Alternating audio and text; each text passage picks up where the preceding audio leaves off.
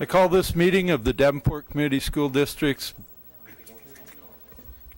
Davenport Community School District Board of Directors to order. We'll start with Director Crumwoody. Would you please read our board priorities? Yes, thank you, Mr. President. The Davenport School Board establishes the following priorities to ensure the academic success of all of our students: to provide leadership and direction to improve the overall learning environment in our classrooms, schools, and district, including the health, safety, security, and happiness of students and staff. Direct and support actions, programs, and activities which reduce the impacts of poverty on our students, their families, and our community. Thank you. Director Sherwood, would you read our mission and vision statements, please? Mr. President, our mission statement is to enhance each student's abilities by providing quality education enriched by our diverse community. Our vision statement is the education that challenges conventional thinking, prepares all students to compete in a global society, and requires our students, parents, and staff and community to answer the question, what if? Thank you very much. Superintendent Tate, we'll move on to student board reports. Thank you, Mr. President. Cindy, we'll begin with you and move down the table, and then we'll end with Rachel.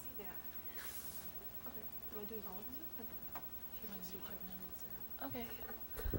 This weekend we had a play at our school, and it was called Children of a Lesser God. It was really successful, and we're very proud of all the people who put in their hard work and their dedication. Also, we were doing Student Hunger Drive, and it's over now. We had over 10,000 pounds of food donated, and also North won the Missions Challenge, where we had to do a trifold and a one-page essay, and we won $1,000. We also had an odd where Pete the Purple Bull against bullying came, and they did a flash mob. We just finished up our food drive, and we raised over 49,000 pounds of food. And we will be performing our musical Grease at the main stage at the University of Northern Iowa, the State Thespian Festival. And so we're closing ThesFest, which is a really big deal. Our marching band is going to Grand Nationals in Indianapolis this Saturday. Our musical In the Heights just got over with. And then we just had a dance team competition on Saturday, and we had like a lot of teams there and raised like $4,400. Can I go ahead and bring it up on? Okay.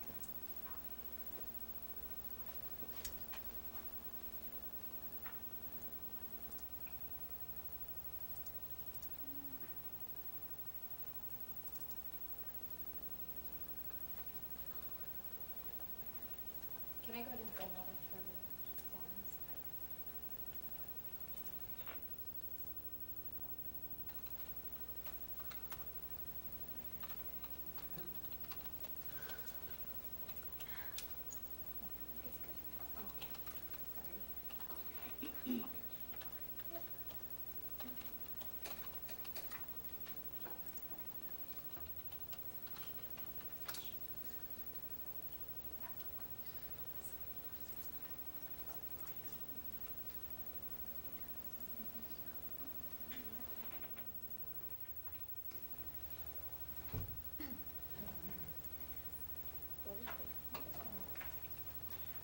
Okay, hi, I'm Rachel. I'm going to present about the block system versus traditional and for block system. So the whole purpose of why, or probably should use this, sorry guys. So the whole purpose of why we're entertaining the idea of switching to traditional is to save money, and we all realize that we do need to do something to save money, but I believe it is the wrong choice. And teachers that are instructing 6 out of 7 rather than 3 out of 4 classes would allow to cut teachers and thus save money. However, if we were to switch to traditional, fewer classes would be able to be taken. You would only be able to get 28 versus 32 credits that we're able to get now, and I did a little bit of math up there for that, based off of the credit per term, periods per day, terms per year, and the amount of time you spend in high school, which is 4 years. Semesters would also take a year to complete, which is a waste of time. And it raises the question of what this would do to success-bound students. Some people really want to take as many classes as possible, and then there's also less prep time for AP exams, so that could really pose an issue with those that really want to get as much education as they can at the high school level before moving on to college. This is just an example of a block. It's kind of a mock of my freshman year with a little modification. Here it has first block all year with band and choir splitting. And then, as you can see, there's geometry, honors English, American history, biology, PE, computer apps, and French 1 on it. These were really good classes to take, and it was a great variety throughout the entire year. However, when you switch to traditional, can I just click that? Oh, good. Okay. When you switch to traditional, Hi. Okay, so when you switch to traditional, you notice that you lose the chance to take the foreign language class. All those semesters that you took for the core classes, which is geometry, honors English, American history, and biology, those turn into a full year class, which totally eliminates the opportunity to take the foreign language without sacrificing band or choir. Also, when you switch to traditional, you waste more time.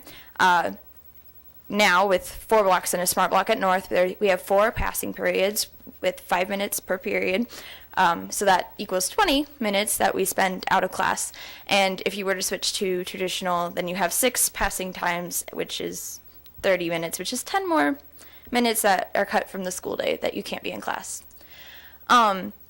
There's also more wasted time with it because no matter what, regardless if you're in block or traditional, teachers are already spending 15 to 20 minutes of their class time taking attendance, reviewing homework, answering questions that students might arise from the previous lesson that they learned the day before, and also giving instructions on what is supposed to be happening that particular day.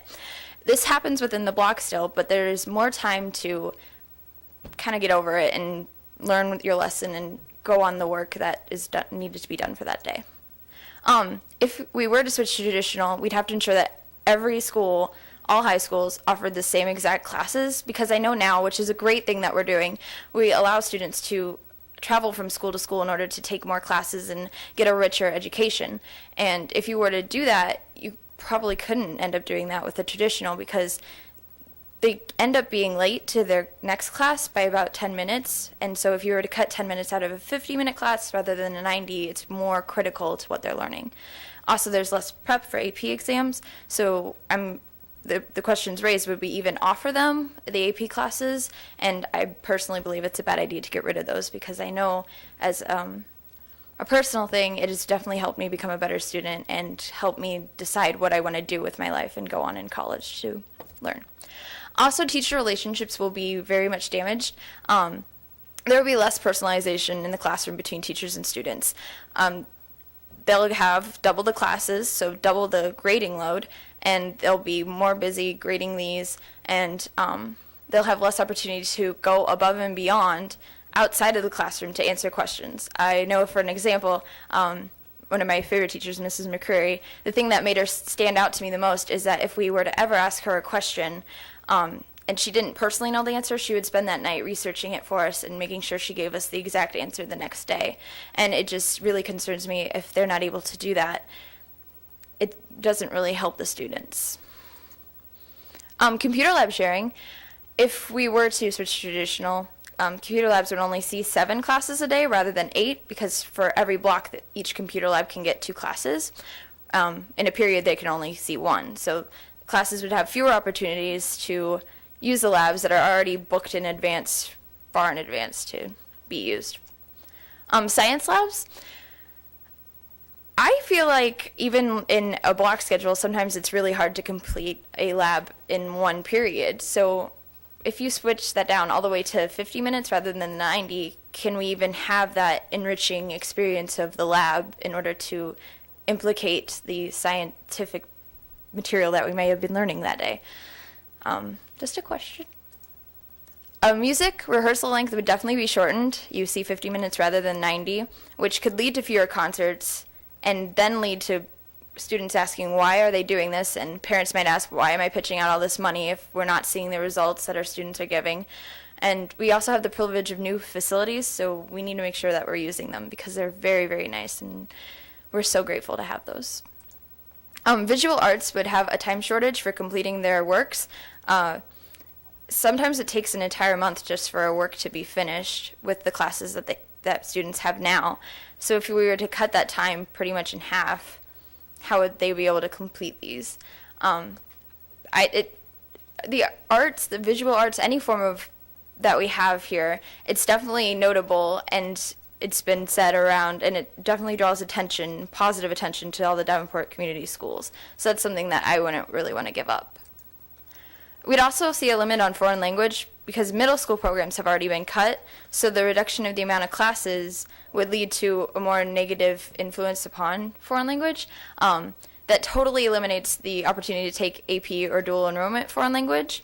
And also this could have like the same effect on other classes that are kind of on that verge, that aren't like a core class. At North, we would see a faltering support system.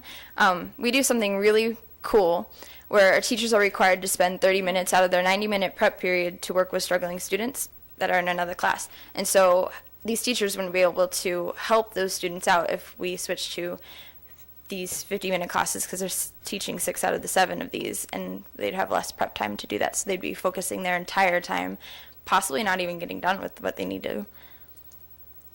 Also, the block schedule that we have now is great for college preparation. The students are definitely familiar with having more curriculum in a semester, which helps them acquire the ability to learn more material even faster. Also, I know sometimes you see students that kind of have a hard time focusing the entire block, but if you think about it, it helps prep them for college because you're going to be sitting in a lecture hall, sitting through lessons the entire time, and people sometimes need practice to help maintain that focus level.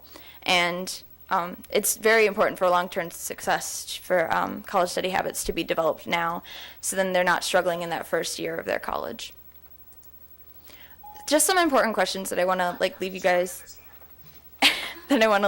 with. Is saving money by dropping teachers worth neglecting the needs of students for them to become successful? I realize that we do need to cut money, but I'm wondering if there's a different way that we can skillfully avoid this. Also, project classes like shop, welding, art, anything, how would they be able to complete their projects within the time? And we just got up and running the Fine Arts Academy, so how would we be able to utilize that pretty well? Because we do have students that are busing from the different schools that if we switch to traditional, they'd probably have to end up having an entire half a day taken from their schedule of learning. And that's it.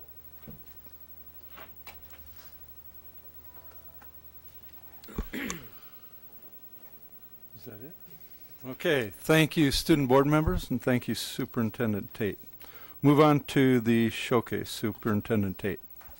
We have Walcott K through 8 tonight, and Principal Weipert, and looks like others. Thank you for being with us tonight.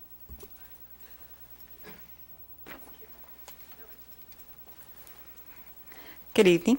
I'm Mrs. Weipert. I'm the principal at Walcott, and I have with me 4 of my teachers. I have Jolene Whittenmore. She is our literacy coach.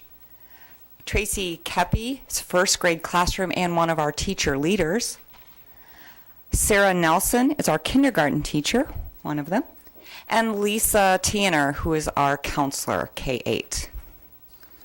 So I'm going to start off just by giving a brief introduction, and then they will be giving you sharing some additional information about our school.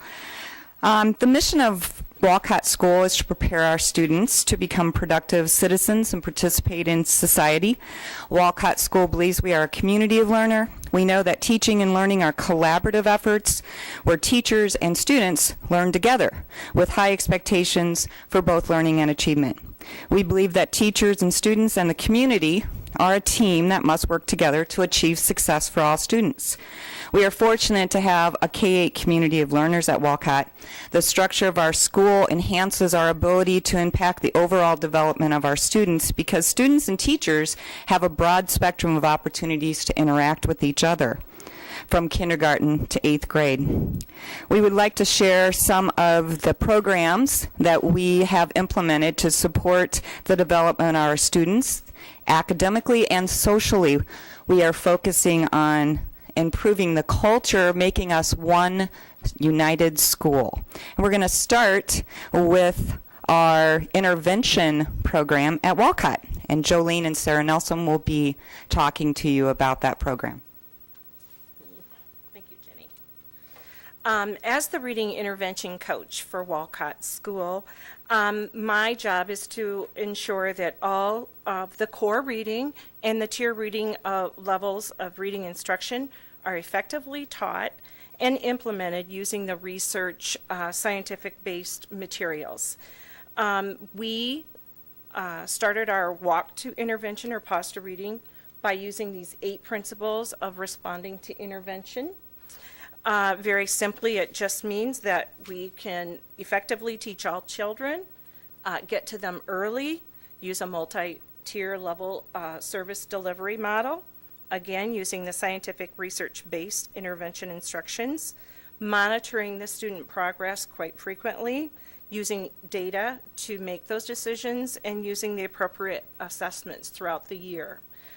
Improving the reading abilities for our most at-risk students really moved from an important job to a really critical job. At Walcott, we work to prepare those students for the future and give them the tools for their toolbox to become successful readers. We recognize that meeting those individual needs isn't always easy, but we try to address them to all levels, especially the struggling readers. We were fortunate to be one of the very first schools to implement the 95% reading curriculum and ancillary curriculums. We believe in its focus, its design, and its mission. It just means 95%. Their mission is to help districts and schools efficiently implement response to intervention, or the RTI models, and that 95% of students can be at grade level reading, which should be an achievable goal for all of us. So as we talk about this reading to intervention, we creatively brought in our pause to intervention because we are the Walcott Panthers. Tracy will explain a little more about that. The K-5 Walcott students have been participating in Pause to Reading, which is a walk to intervention time. This 30-minute school-wide instructional time focuses on students' reading and math needs and strengths. The K-5 teachers and support staff can better help the students become successful, lifelong readers by providing the necessary instruction needed, improving math and reading abilities in the area of math facts, phonemic awareness, phonics, fluency, vocabulary, writing, and comprehension are the pause to our reading goals. As a TCL team, we look closely at assessments data to help determine the area of intervention focus. Then we talked and collaborated with teachers and decided where the deficit was and how we can best utilize the pause to reading time for each student. Our K-5 staff plans and prepares quality lessons for those who scored below or well below benchmark using the 95% PLLs. Or for those students who were proficient on the assessments, our teachers provided enrichment activities such as reading novels or researching a particular topic using Chromebooks.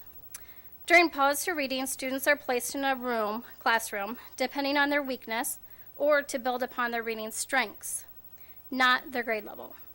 We divided the grade levels into K2 and 3-5. Therefore, it is not uncommon for you to peek in and see a second grade student reading to a kindergarten student, or a third grade student sharing and researching with a fifth grade student. It is exciting to see our hallway during this passing time. It is evident that students are excited to walk to their intervention for this half hour out of their day. Our teachers are devoted to increasing student achievement, and it shows through the prepared lessons that make the students want to keep coming back for more. Thank you, and now at this time, I'd like to introduce one of our kindergarten teachers, Sarah Nelson, who will share with you Pause to Reading and what it looks like from a kindergartner.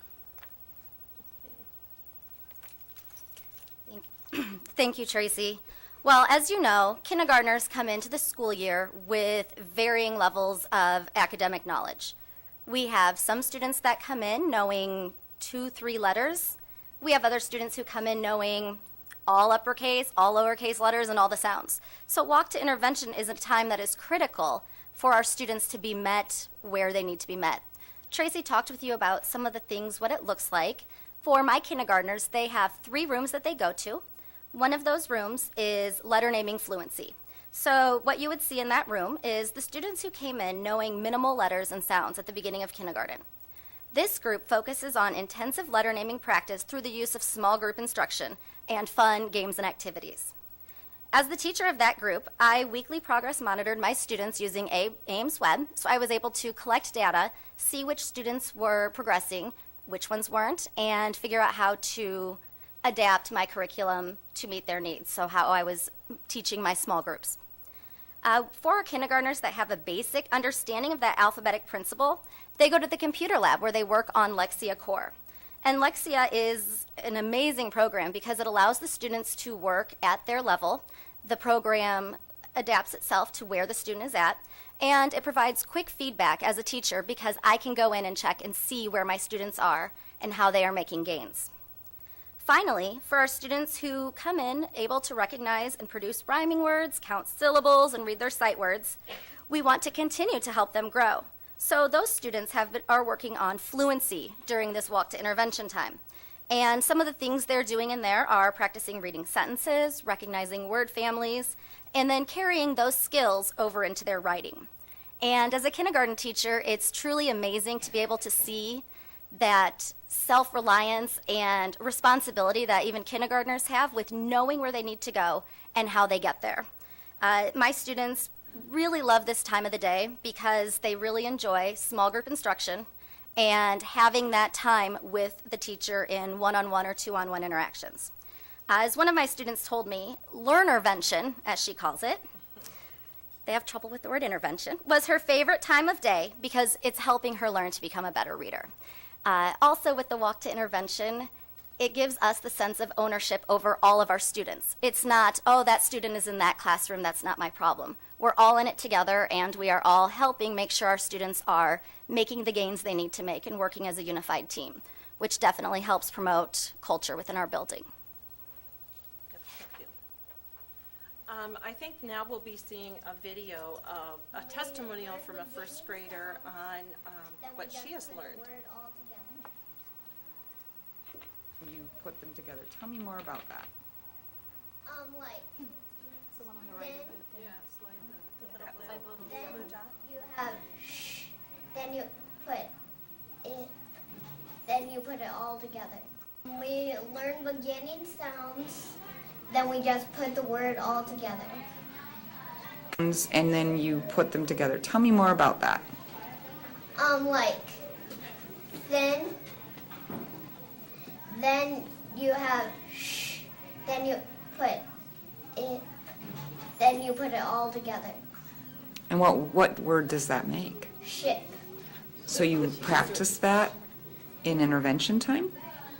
Has it helped you become a better reader? Now I can read now. We learn the Thank you. Go ahead, Lisa. Okay. Yep.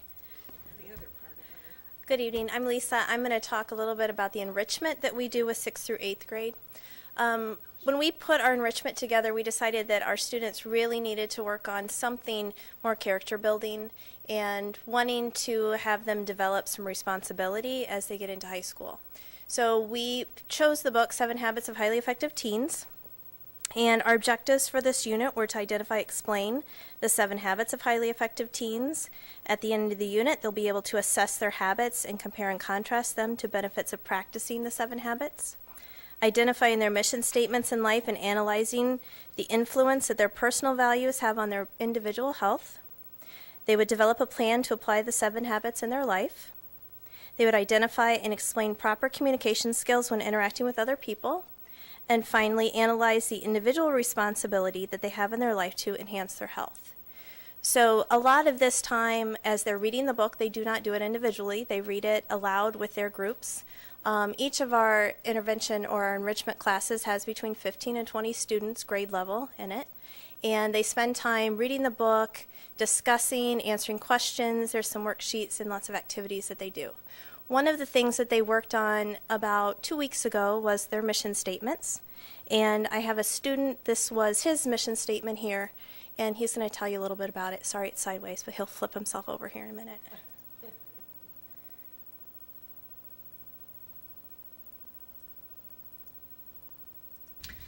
In IB, we've basically been going over this book called The 7 Habits of a Highly Effective Teenager. Recently, we've gotten to about habit 3. Habit 1 is understanding what you should do in your life and where to go to it. Habit 2 is drawing a map on how to get there. Habit 3 would be following that map and don't let roadblocks get through you. So, recently there, we've been doing a mission statement. Basically, you should refer to it often to see what it means to you and how you should do it. My mission statement was, strength doesn't come from what you can do. Strength comes from overcoming what you thought you couldn't. I found this quote somewhere. I'm not exactly sure where. Not sure by who either, but I saw it was really it means a lot to me. Recently I'd overcome cancer.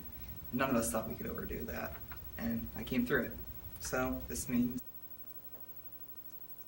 All right, it's the same one on that one, Johnny.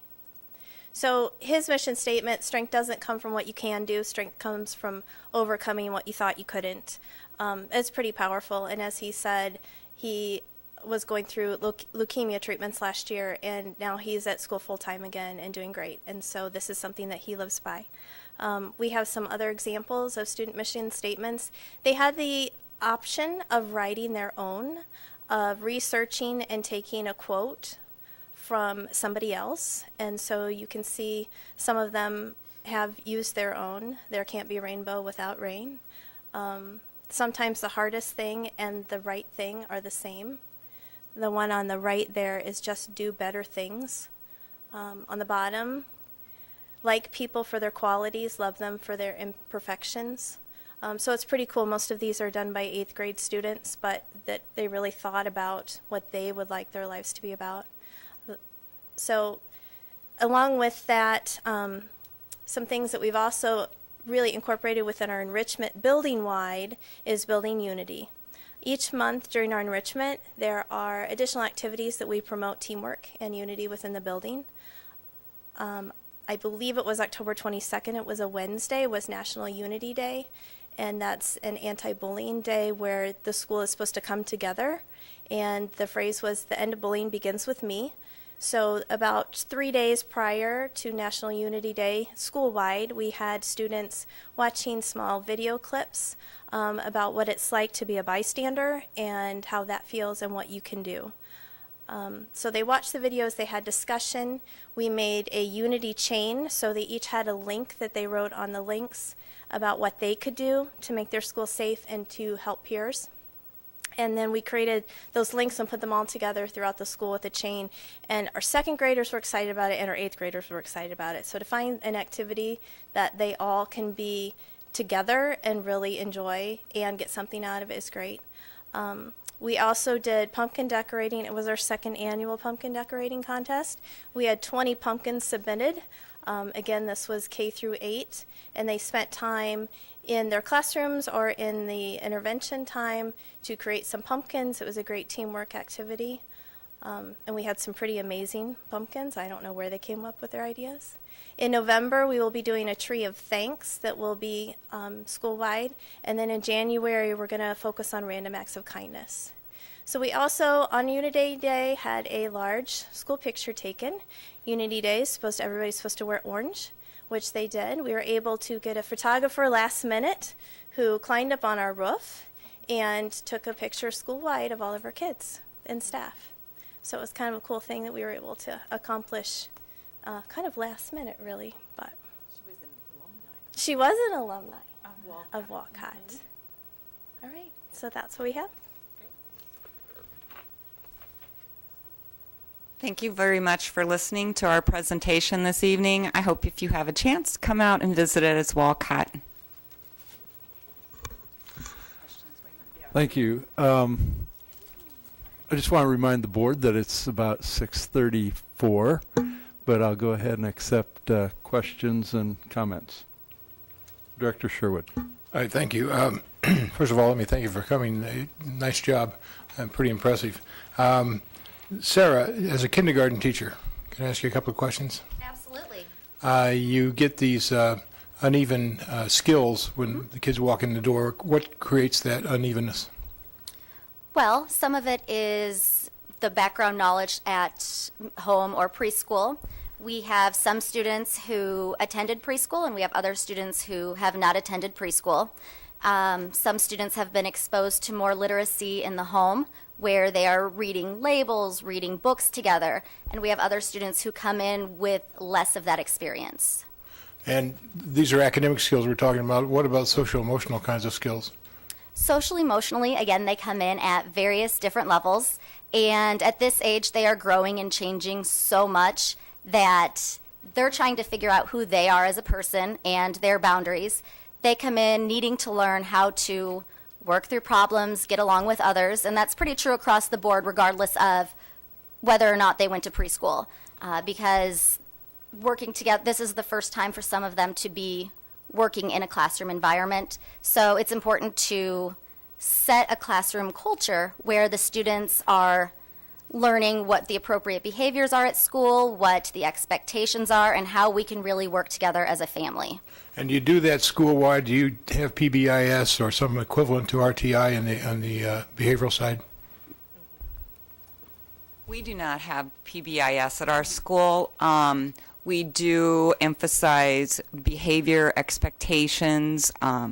We are in the beginning stages. This year we started data notebooks and school-wide expectations where kids track their own progress, and we emphasize every day the importance of them being part of their learning, knowing where they are, knowing where they're going, how to get there, and we talk about that every single day in some aspect of the classroom. And so it builds that culture, and it's everywhere that they look. We have posters, we have talks, and a lot of things that we do together at K-8. Cool. And you are K-8. You're one of two in the district. And this is for everyone. Tell me why K-8's a good idea or not. Obviously, this is my personal opinion.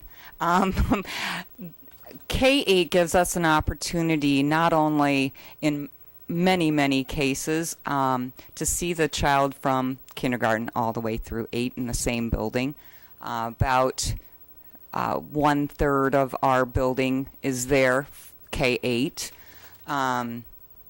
give and take for some of the mobility issues, obviously. But teachers that are working with 8th graders also have opportunities to interact and work with kindergartners in different types of venues. The kindergartners, first graders, second graders get to see things that they can grow to do, our show choir, for instance.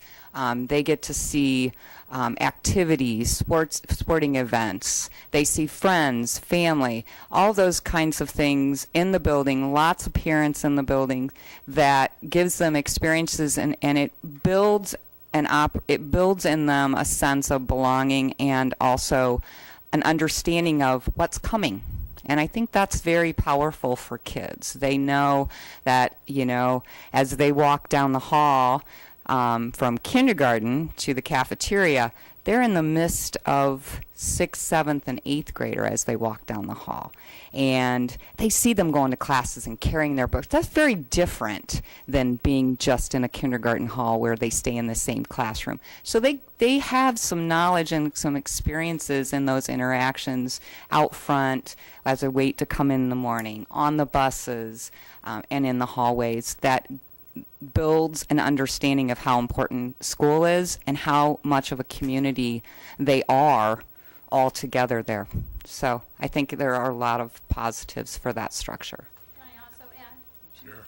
I'd like to just add that looking at our intervention, we currently have 4th and 5th graders going into the library using Chromebooks. And with that, we have Miss Nelson and a para educator, but also we have an 8th grade AP class that is working with the students. So you have an 8th grader paired up with a 4th or 5th grader teaching them how to use Chromebooks. You don't have that experience and other buildings. Also, we have reading buddies across grade levels. So we have a 7th grade language arts working with the 2nd grade reading buddies. So that's just another. Great. Thank you very much. Anybody else? All right, thank you very much. Great showcase.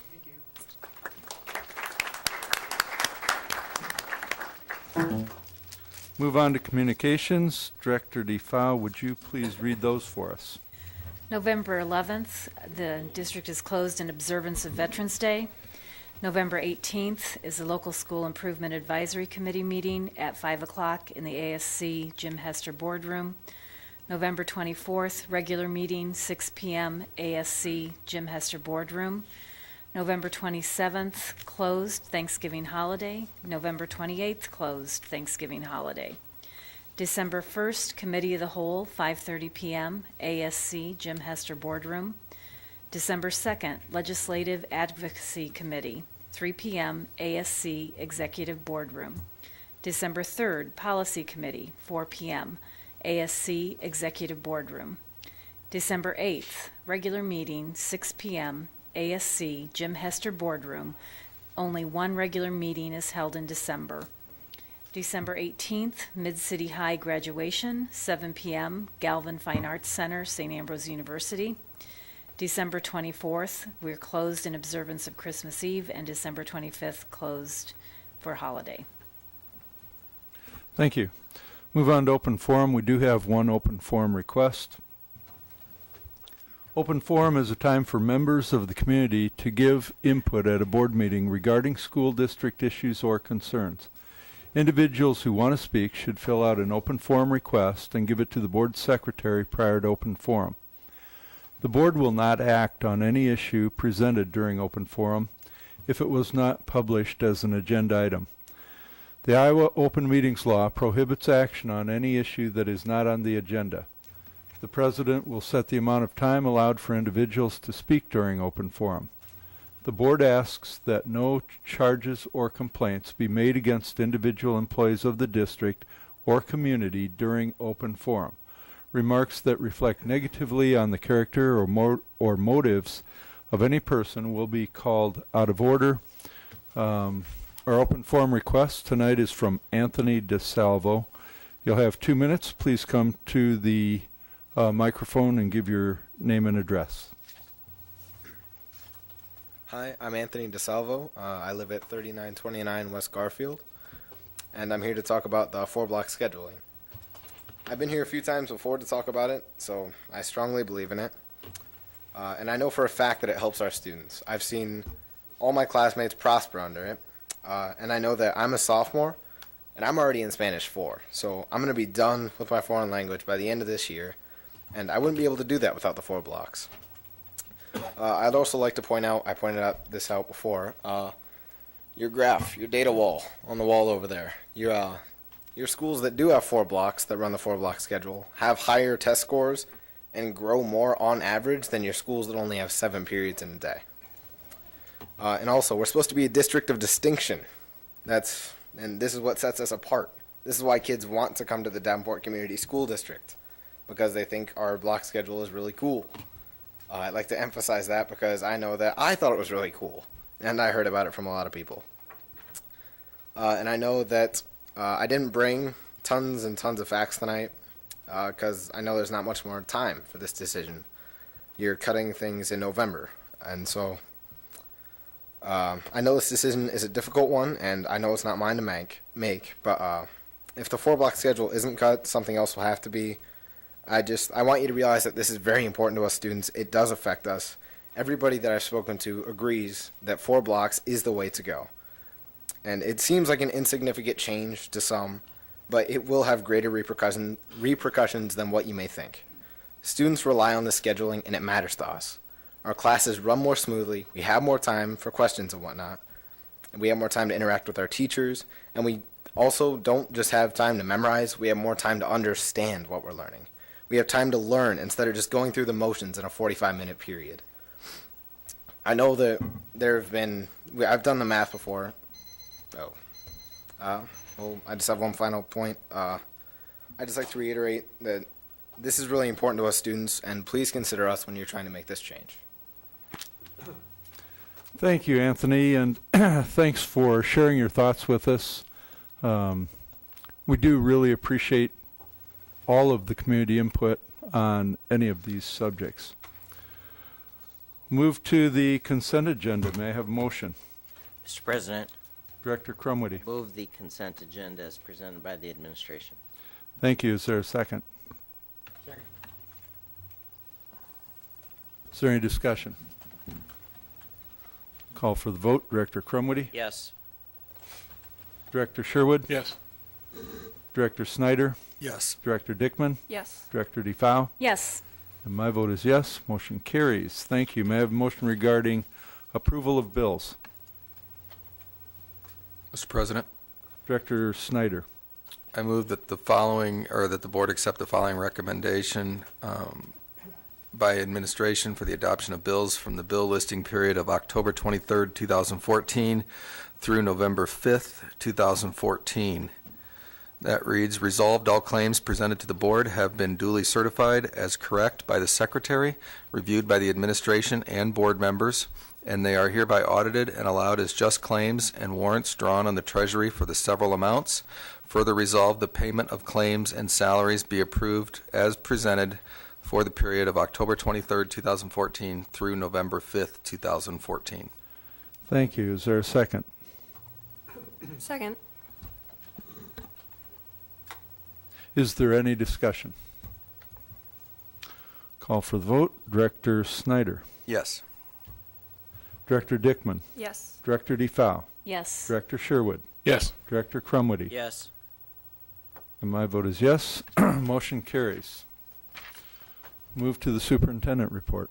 Thank you, Mr. President. Steve Millenhausen, the principal of Madison, has received the Federation for Community Schools Leadership Award for 2014, and Steve is going to be honored on November 13 at the Federation Conference in Naperville, Illinois. We've just finished our 2014 Employee Giving Campaign report, and I provide you information that this year the campaign netted $42,028, and that's over $4,300 more than was given last year. And our total for the last 17 years donations to the campaigns is $892,028, quite significant. A lot of our schools did Veterans Day programs. I was invited to attend two at Sudlow and Bluegrass, and both were well attended by veterans and community and parents, and the students did an outstanding job. I was extremely impressed by the seriousness that the students appeared to take in regard to the programs, and as a veteran I certainly appreciate the fact that this district in a big way does go out of their way to recognize veterans. We just appointed 106 model teachers, so they are added to our lead teachers and our mentor teachers, and it was a probably one of the most extensive selection processes I've ever seen. And each of the teachers actually had to provide videos, and they had to actually apply in certain areas of expertise. And so we're expecting great things that now we through this district can have those 106 teachers to actually go out, view, and use their experience. And that concludes my report for tonight, Mr. President. Great. Thank you very much. Excuse me. We'll move on to other items requiring action. May I have a motion regarding approval of SBRC request for modified allowable growth for certified enrollment? Mr. President, Director DeFau. I move that the board accept the administration's recommendation and approve application to the School Budget Review Committee for $805,524 in modified allowable growth for open enrolled out students not on the previous year's certified enrollment for whom the district will pay tuition in the current budget year. Thank you. Is there a second? Second. Is there any discussion? Okay, call for the vote. Director DeFau. Yes. Director Sherwood. Yes. Director Dickman. Yes. Director Crumwitty. Yes. Director Snyder. Yes. My vote is yes. Motion carries. May I have a motion for approval of SBRC request for LEP instruction? Mr. President, Director I move the administration's recommendation for the board to approve the application through the School Budget Review Committee for $805,524 in modified allowable growth for open enrolled out students not. Oh, I'm sorry, I got the wrong one. I thought I just hit that. 802. 802. I thought I did that. Sorry. I apologize. Try it again. Oops. You get one of those mouses. Okay, I move the administration's recommendation for the board to approve application to the School Budget Review Committee for $252,094 in modified allowable growth for LEP instruction beyond 5 years. Thank you. Is there a second? Second. Is there any discussion? Okay, we'll call for the vote. Director Sherwood? Yes. Director Snyder? Yes. Director Dickman? Yes. Director DeFau? Yes. Director Crumwitty? Yes. My vote is yes. Motion carries. May I have a motion regarding approval of SBRC request for modified supplemental amount for ELL? Mr. President, Director DeFau? I move that the board accept the administration's recommendation that the district apply to the School Budget Review Committee for modified supplemental amount for excess cost of limited English proficient English language learner programs in the amount of $846,937.04. Excuse me. Thank you. Is there a second? Second. Is there any discussion? I've got to take a moment. Sometimes things go so fast with our new technology. I've been trying to keep track here, and somehow I can't access this letter. Excuse me 1 second.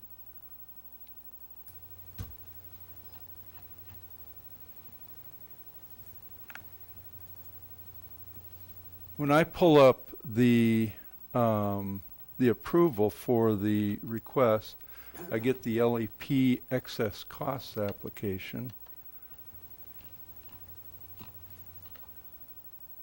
I can't see the letter for ELL. Am I mistaken? I think you're just reading the, Excuse me? I had the same LEP same title, letter. but when Yeah. when I click on it, the ELL comes up. Right. It's the same letter, you have to scroll down.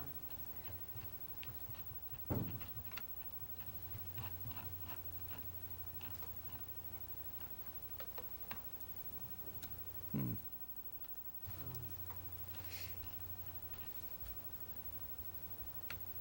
Go back to the letter for 801.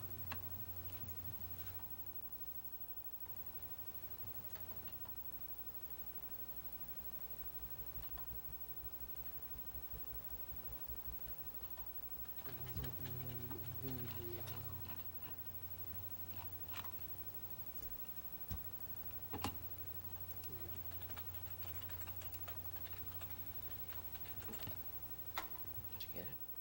Yeah, it appears that I did. I apologize for my confusion, but I want to make sure that we had the right amounts for the right approvals. Okay, it's been moved and seconded. Is there any more discussion? Okay, we'll call for the vote. Director DeFau? Yes. Director Sherwood? Yes. Director Crumwitty? Yes. Director Snyder? Yes. Director Dickman? Yes. And my vote is yes. Motion carries. Thank you. We'll move to discussion items. First up is the Palmer College invitation to collaborate. This is a letter that I received recently. Let me get to that.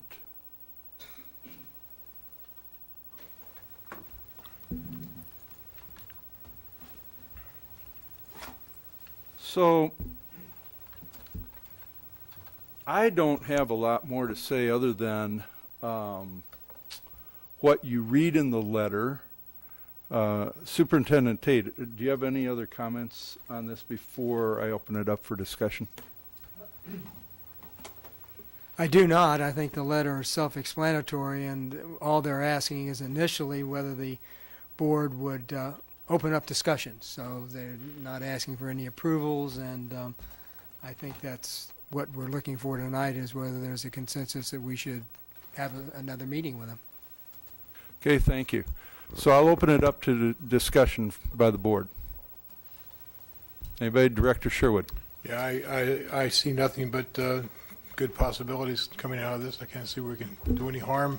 We definitely need to be talking to Palmer. I think we already are with in terms of parking and perhaps placement of the shop at Central, so forth. So it's a natural thing to do. Anybody else?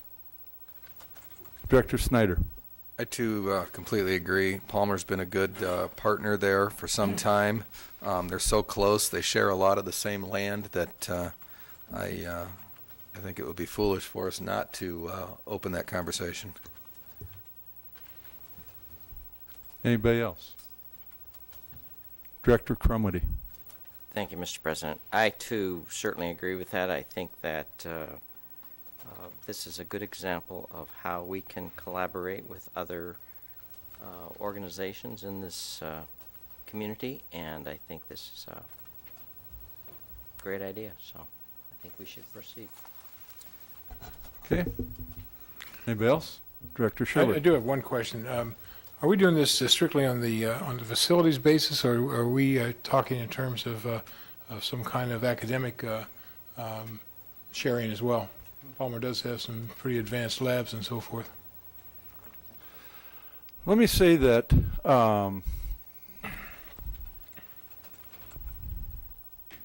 the Palmer has had discussion on this, of course, to develop this letter, and I think that the original intent, the way that I understand it, was primarily toward facilities.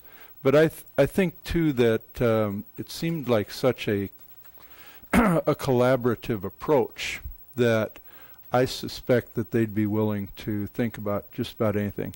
In this particular case, you can see that there's certain areas that they're focusing on, and they're going to want to explore some of those possibilities with us. And so whoever gets involved in that committee and however that goes, I'm sure that your thoughts can be incorporated into that.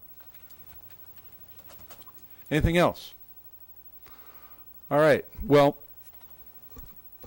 my sense is that the consensus of the board is to continue to look at this, and so we'll get back to Palmer and continue to move forward. Thank you for that discussion. Next is the healthcare reform update. Marcia? Tim Kearns is here from R.J. Lee and Associates, and he's going to be making a presentation to you on the healthcare update and then answer any questions that you might have. Okay, I'm technology challenged already. Welcome to the club.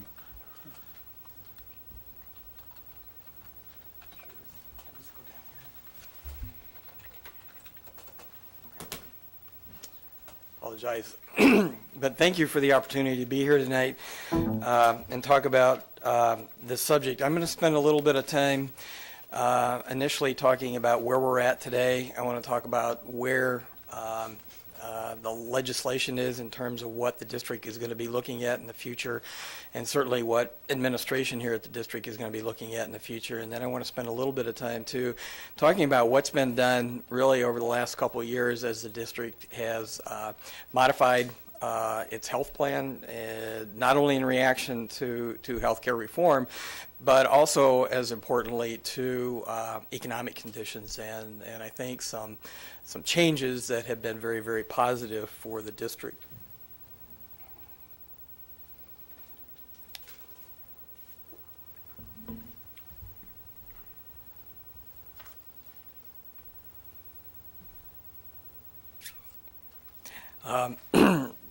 Let's start with, I apologize for some of the technology, but in terms of what's happening and as it relates to healthcare reform, there are an awful lot of what we call administrative tasks or administrative burdens that have been going on, and a couple of them are recent or soon-to-be events that are going to impact the district. The first one, all plans over $5 million, and certainly the district's plan is well in excess of $5 million.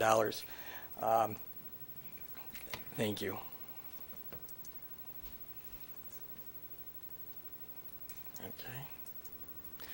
Okay. Each plan over $5 million needed to file for what we call HPID, or Health Plan Identifier Number. This number was in process of being filed for the district. That has been delayed. It's going to be delayed somewhat indefinitely, but this is, again, one more thing that the district is actually going to need to comply with the law. The first payment for a calculation of the transitional reinsurance fee, that report is due this Friday. We've estimated, based on the information that we've received and we've looked at from UMR, who is the third-party administrator, this is going to cost the district in excess, first year, of $250,000. Our calculation is $272,714. First payment's due January of 15. The last part of the payment is due November of 2015. This is a 3-year fee that will be assessed to all plans across the country. Next year, it will decrease from $63 per person on the plan down to $44, and then the third year down to $27,000. But to give you an idea of what additional costs you're going to be looking at in 2016 and 2017, you can more than double that $252,000. You'll be looking at probably somewhere around another $275,000 that the self-funded plan will actually have to pay out over the next 2 years. Large employer responsibility is effective for the district April 1st, 2015. Full-time employment equals 30 hours per week for variable hour employees. So this is a change not only to the district's plan, but all plans across the country. Okay.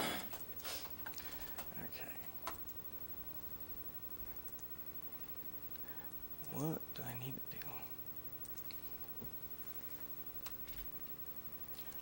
Large employer responsibility. What this says is all plans must meet certain criteria. The first one is plans must meet minimum essential benefits. Plans must be considered affordable for individual coverage only, so they cannot exceed 8.56% of W-2 earnings. That's the safe harbor. The actual law says you can't exceed more than 9.5% of household income to pay for self-only coverage. Plans must provide an actuarial value of at least 60%. That means the benefits provided must cover at least 60% of the medical expenses. This district offers a great health plan and certainly meets all 3 of those criteria. If there was one of those criteria that the district did not meet, then the coverage would be deemed not in accordance with healthcare reform laws, and the district could be assessed a $2,000 penalty for each employee. I might remind you, though, that penalty is far less than what the district is actually paying for health care coverage. So again, the district does meet all of those criteria, and why you offer benefits, I always have to tell people this. The reason you're offering benefits to begin with is it's for recruitment and retention of employees, and that is very, very key to again, why any employer would offer benefits. I want to talk about something that is in the works. We've had discussions here at the district, and it is the Affordable Care Act reporting as it relates to Section 6055 and Section 6056. These 2 sections go hand in hand, and it really verifies that the district is in compliance with the criteria that I just talked about. It also, because you are a large employer here, and a large employer under healthcare reform is actually 50 employees, so that you far exceed that. But it's really verification that the employer is actually offering coverage. It meets all of those criteria. And you get the opportunity on an annual basis to report all of that information to the Internal Revenue Service. It's also very important to know that the Internal Revenue Service is the organization that has the most control and the most oversight, actually, of the healthcare reform law. What these two particular sections are actually doing are reporting back to the government, again, the criteria that I talked about, but that same criteria and that same information that you'll be reporting to the Internal Revenue Service will be reported individually to all employees. And it's not just to the employee or just for the employee, it is all individuals covered under your health plan. And the reason that they're doing this is that this is the first opportunity that the government is going to have to match up what the employer is telling them with the individual tax returns. And that's why this information gets blended. So the school district will report again to the Internal Revenue Service the plan sponsor name, address, employee ID number, whether the coverage, again, met those criteria, the number of months each participant was enrolled in the plan, the total number of employees by calendar month, and the employee's share of the self-only coverage for the least expensive minimum value plan that's offered. You'll also, again, report to the individual employees the same information so that they know, and again, they can individually match up that tax return to what the federal government's been told by the district. The first year that this required is for the calendar year 2015. This is on a calendar year basis. It's not on a plan year basis. And this information will get filed in 2016. Most employers will most likely file the individual information to the employee at the same time they're giving them the W-2, because it has to be in their hands by January 31st of the following year, or January 31st of 2016 for the first year. It will be filed with the federal government on an electronic basis, and you have until March 31st of 2016 for that filing. In 2017, states can elect to open the government exchanges to all sizes of employers. Initially, the marketplaces or the exchanges were actually open to individuals and small employer plans. But in 17, if a state chooses, so if the state of Iowa wish to open up that exchange, actually any employer could actually go out to the exchange and offer that coverage. That will probably significantly change I think how an awful lot of employers determine how they want to purchase and how they want to provide health care for their employees. In 2018, the Cadillac tax goes into effect. Now, the Cadillac tax gets an awful lot of press. I'm pleased to tell you that the groups that we consult for, we have, frankly, only one that we believe in 2018 will have a problem. We've looked at the Davenport School District information. We've projected that out. We do not believe, it would have to take a very rare set of circumstances for the district to hit that Cadillac tax provision. Now, the cost thresholds for that are $10,200 for a single, $27,500 for family. That is a combination of all of the premiums of the medical plan, the dental plan, and the vision plan. So again, it's really not just the medical plan. If you offer those benefits, you combine all of the, quote, premiums for all three of those plans. But our calculation says it would take an annual increase of all three of those plans at 11% annually with no design changes and no other financial impacts to the district to hit that 2018 Cadillac tax. That's important because that tax, regardless of what type of body you are, is 40% of all dollars over those two thresholds. So if your single premium exceeds $10,200 in 2018, you're going to pay 40 cents of every dollar back to the federal government as a tax. So what's happened here at the district over the last couple of years, that's, again, as it's reacted to the marketplace as well as to healthcare reform. You've changed your vendor contracts with your third-party administrator, who is now UMR. Your reinsurance carrier was changed to Sun Life, both for more favorable terms and cost. You renegotiated the pharmacy benefit management contract, that's what PBM stands for, pharmacy benefit management, for more favorable terms, and established a best-in-class pharmacy benefit arrangement. That is very, very key. What's driving costs today in the pharmacy world are, again, a provision of the Healthcare Reform Act, as well as specialty medications. Specialty medications tend to be very, very high-cost medications used to treat very, very serious medical conditions. An example of that would be multiple sclerosis, could be rheumatoid arthritis. And many of these drugs today are in excess of $3,000 for a 30-day supply. Just left the meeting prior to coming here today. We looked at their pharmacy specialty drugs, and there was one particular medication on there that ran $7,200 for a 30-day supply. Now, if you've heard anything about hepatitis C and what's going on with hepatitis C right now, there are courses of treatment that are in excess of $80,000 for a 3-month supply of that medication. Found out another one today came to market. It's $37,000 for a single 30-day supply. So a course of treatment, you're looking at $111,000 for a 90-day supply course of treatment on hepatitis C. The district has also looking to add additional step therapy programs, 90-day retail, and other utilization management techniques with the pharmacy benefits. They've established a wellness committee with all employee constituencies who are now actively engaged. I've had the opportunity to attend one of their meetings recently. It was very, I think, heartening from my standpoint as the district's consultant to look at how engaged these people were in their wellness program and where they want to take this and where they want to go. So you've got some good people sitting on that committee, and I think they'll do good work.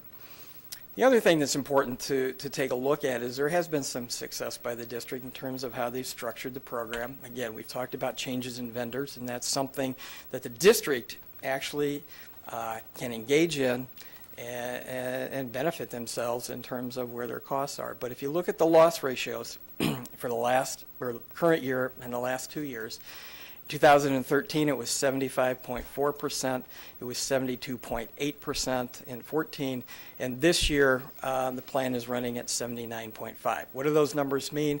Those are actually comparisons to what we call the aggregate cost. That would be the maximum cost that the district could pay out for claims in its self-funded plan. 80% is expected. So every year when the underwriter sets the level, we know exactly at what percentage level that is when it's expected, and it's 80%. The district has continually over the last years been running good numbers. So I think, again, from that standpoint, the district's doing well in terms of the claims being managed by their outside vendors.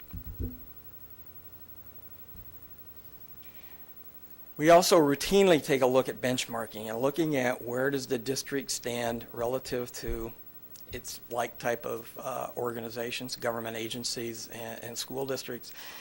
And in terms of designs and premium rates, they're very close to the government median and for educational organizations. Now, the district percentage of the cost, the total cost, though, I will tell you, is at the 75th percentile. So it's at the higher end of the spectrum in terms of what the district is actually paying in terms of the total premiums.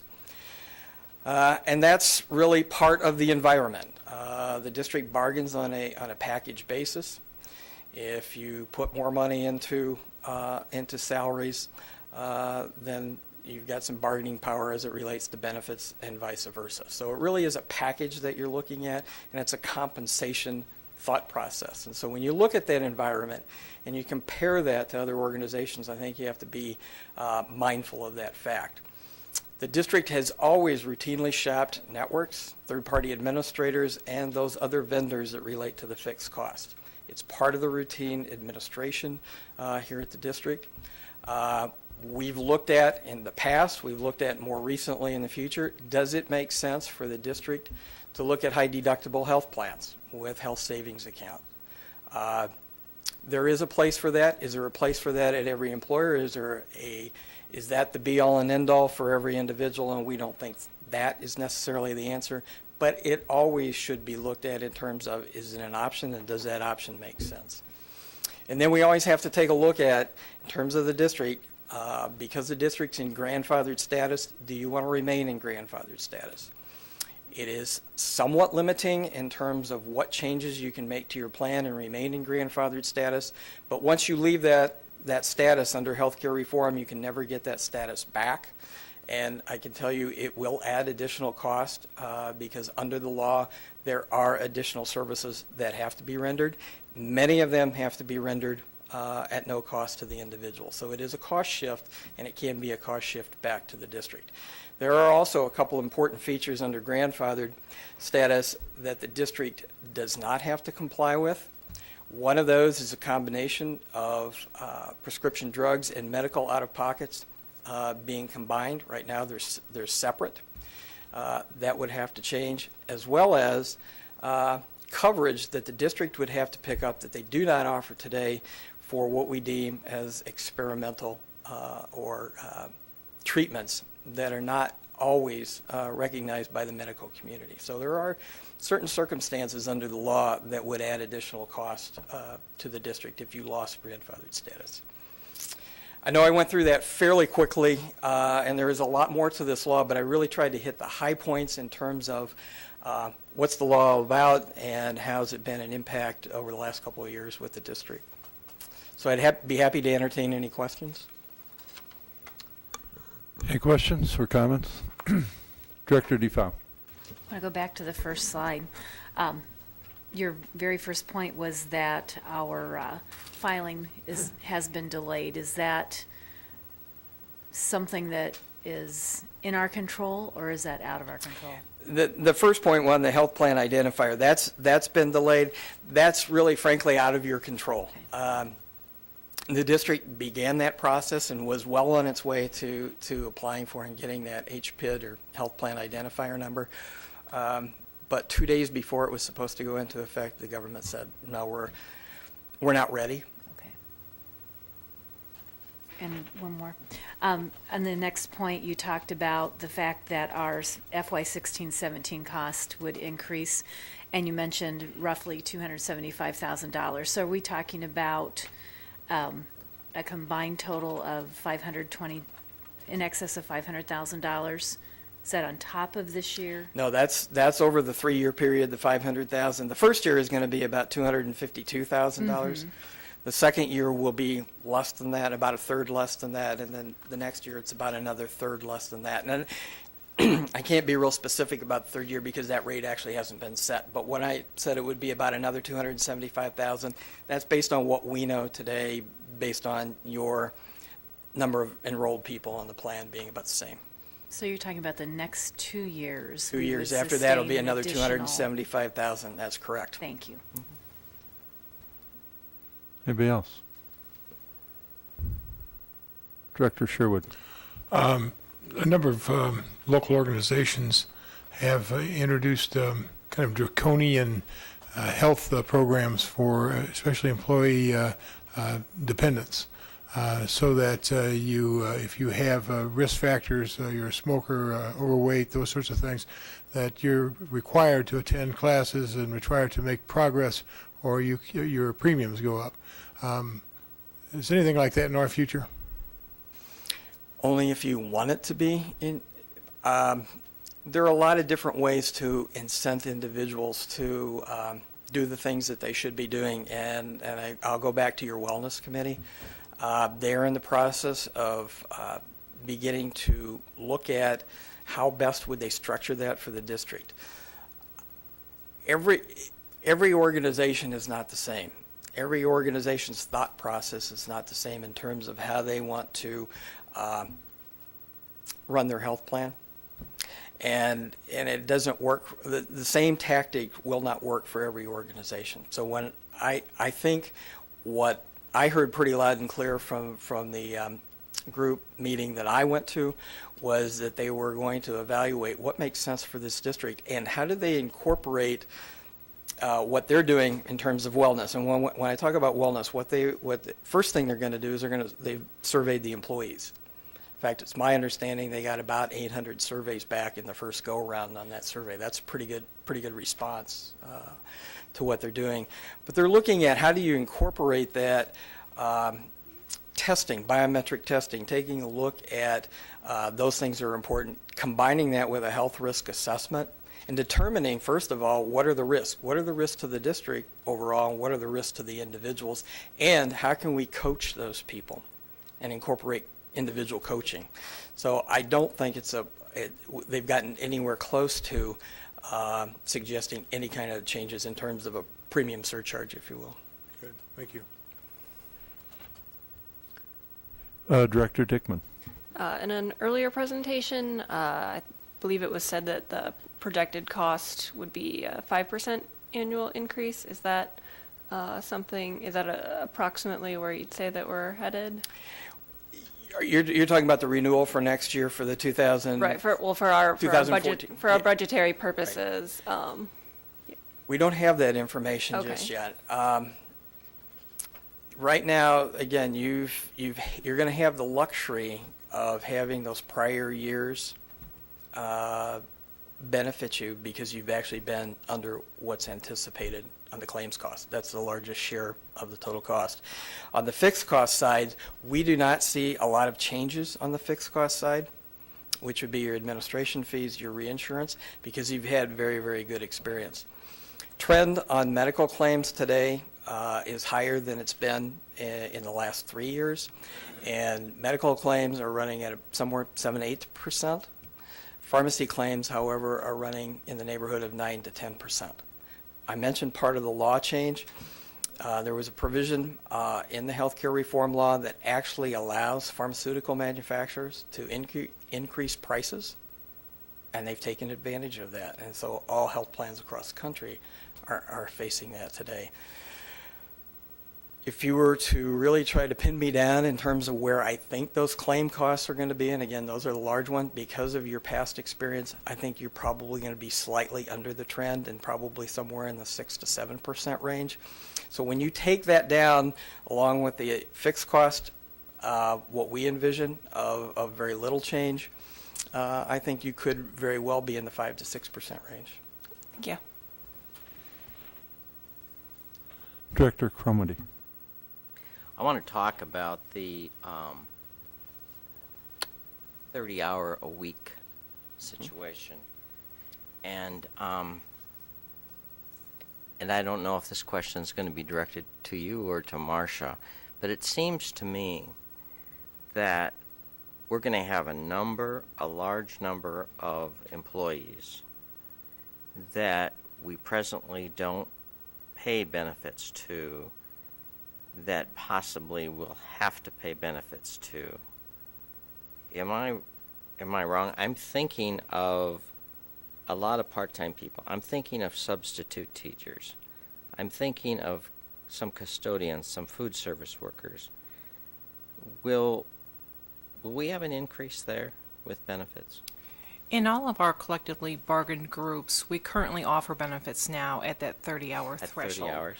So it won't impact that. What we are looking at are the substitute teachers, our coaches, our temp at will employees, and employees that may hold 2 jobs in different classifications that when combined would take them over the 30 hours. Okay. And I know that Deb Miller's got her staff looking at those folks now and trying to identify them. Okay. So is there a process, a procedure where we have to monitor and report that information on a monthly or a yearly basis? How do we do that as a district? Do you know? In terms of the 30 hours and who's meeting that criteria, that's actually all internal to this point until such time as potentially you would ever be audited on that information. And we've had meetings where we've talked about how we're incorporating what you're doing on your payroll system and the software that they've built for their clients as well to actually do this. It's not to get into all the weeds on all of this, but you actually look at different time periods and you evaluate those individuals. If they meet the criteria, then you offer the coverage, and you have to offer it for a prescribed time based on how you've actually measured them. So it's a fairly sophisticated process, but it's highly mechanized, and I think the district's got a really good handle in terms of where that's at. Will it add? Everybody we've talked to said yes, it's going to add. It's going to add additional insureds onto the plan. So we'll have possibly some additional insurance issues. What about additional staff to monitor all that? Will that be an increase also, do you think, Marcia? There's a very good possibility. The amount of reporting that is required, and as Tim had alluded to, there is look-back periods, and those run almost on a consistent basis where you have to constantly go back and look at this group of employees and see what was the average number of hours that they worked and did they apply for benefits.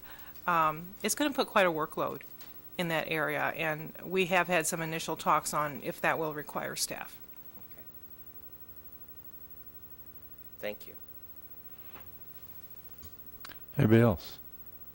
Director Defa.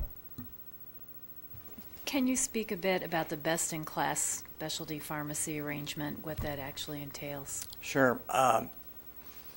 Health plans, and certainly self-insured health plans, typically contract with their own pharmacy benefit manager. The pharmacy benefit manager that the district uses is a company called MedTrack. They're based out of Kansas City. They're a little bit unique in that when they purchase specialty medications, they don't purchase it from the same specialty pharmacy. What they do is on an annual basis, they actually go out and they contract with specialty pharmacies that actually, well, the contract is written in such a way that they don't buy from one vendor. They buy from who's got the best class for the most efficient medication in that class. So what the district then has the ability to, through that contracting process, is they're paying, again, the lowest possible cost for that rather than purchasing from one vendor. And so that's why it's worked out very, very well for the clients that we have with MedTrack. It's very, very unique because typically they don't do that. Typically you contract with one. And not everybody has the best price in every pharmaceutical area. Anything else? I've got a few questions. I wanted to go to, you made a statement early on, and you made it twice, and I still couldn't get it down exactly. You said, you asked the question why, and you talked about recruitment and retainment. Could you give me that question again and give me your quote on that? Well, hopefully I'll get close to the quote. The reason you offer benefits is for the recruitment and retention of employees. I'm in the business of consulting with organizations on health plans and other benefits. Because of the cost of this, why would any employer want to offer a health plan if you weren't doing it for the recruitment and retention of employees? It's too costly. If you're in the private sector, it's a cost that's borne out there that impacts your profits. Okay, well, I'll come back to that in a little bit. In these transitional reinsurance fees that are due, did we know that they were going to be this amount a couple of years ago when, okay. So this total amount, I'm curious, and you may not know, but I'm sure Marcia would. If it's a fee, now that's all it is a fee because we're a big district, is that right? Or a big organization? No, every health plan in the United States will pay that transitional reinsurance fee. Whether you're a small employer, large employer, insured, self-insured, they all pay that. But that fee is in addition to what we normally would have been paying. Correct. And is that the one that the Supreme Court ruled was a tax but is not a tax, or what? How did that go? Call it a tax, you can call it a fee, whatever you want, but it stood the test of time in terms of over the law, in terms of how the Supreme Court actually looked at that. But it's called TRF, or transitional reinsurance fee. That's the terminology. And a lot of people ask, well, what's it for? Why are you paying that fee? It actually gets paid to insurance companies for offering plans inside of the exchange to cover the cost of what they call adverse selection. Because initially, a lot of the people that are purchasing the coverage through the exchange, or they got coverage through the Medicaid programs, hadn't had coverage before. So there would be a rush to the market, and it's to cover the additional risk that insurance companies are taking on because of their offering the plans. So that's what the fee's all about. Sure. So I won't recharacterize it, but I do want to ask, if it's a fee, what fund does it come out of? It was included as part of the cost of the medical insurance. So it comes out of the self-insurance fund.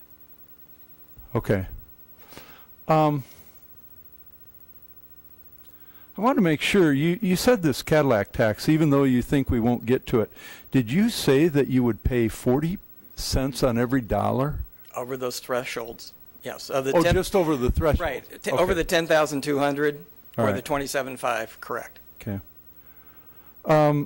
You talked about us being at the 75th percentile, and it looked like you were comparing us to some group which included government and education. Is that right? That's correct. What I was utilizing to compare the district is a survey that the district participates in every year. It's through United Benefit Advisors. It's actually the largest benefit survey in the United States. And so there's about 20,000 plans annually that provide information. And the data that we get actually breaks the information down by type of plan. It breaks it down by type of entity, size of the entity. So we were comparing the district to, excuse me, to other like preferred provider option plans that were either government entities or in the government sector.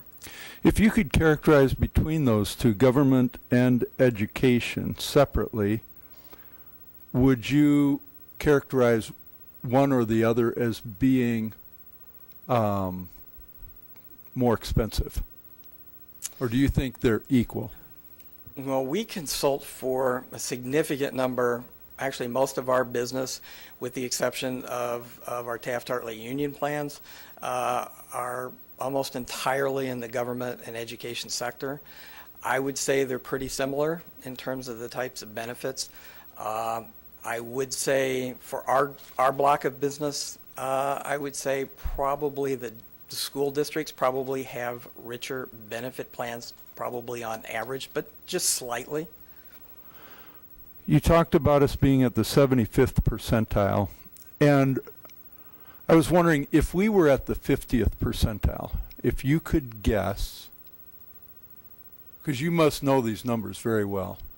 And I was wondering if we were at the 50th percentile, as a percent of our premium, what kind of a decrease do you think there would be if we were at that level?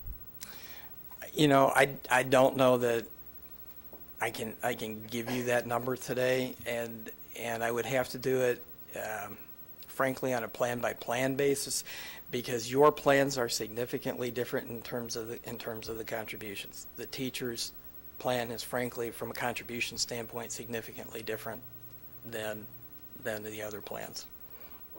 If significantly different, then why don't you characterize that a little bit more?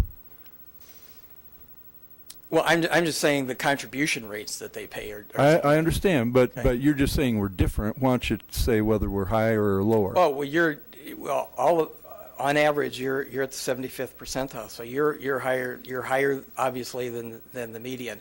On a teacher basis, your teachers pay $25 per month for family coverage. And would you say that's probably at the 99th percentile? Meaning that we're significantly lower in terms of teacher contribution than 99% of yes, everybody else out there. That's correct. So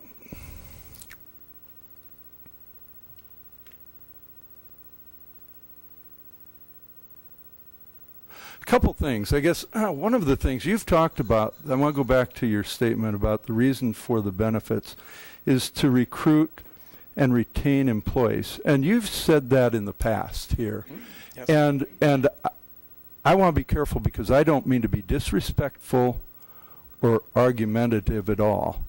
But when you said that last year, I pondered that quite a bit afterwards.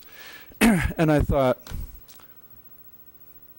I think that it should be a board philosophy or a district philosophy that's more of a guiding principle than your philosophy that's a guiding principle. Does that make sense?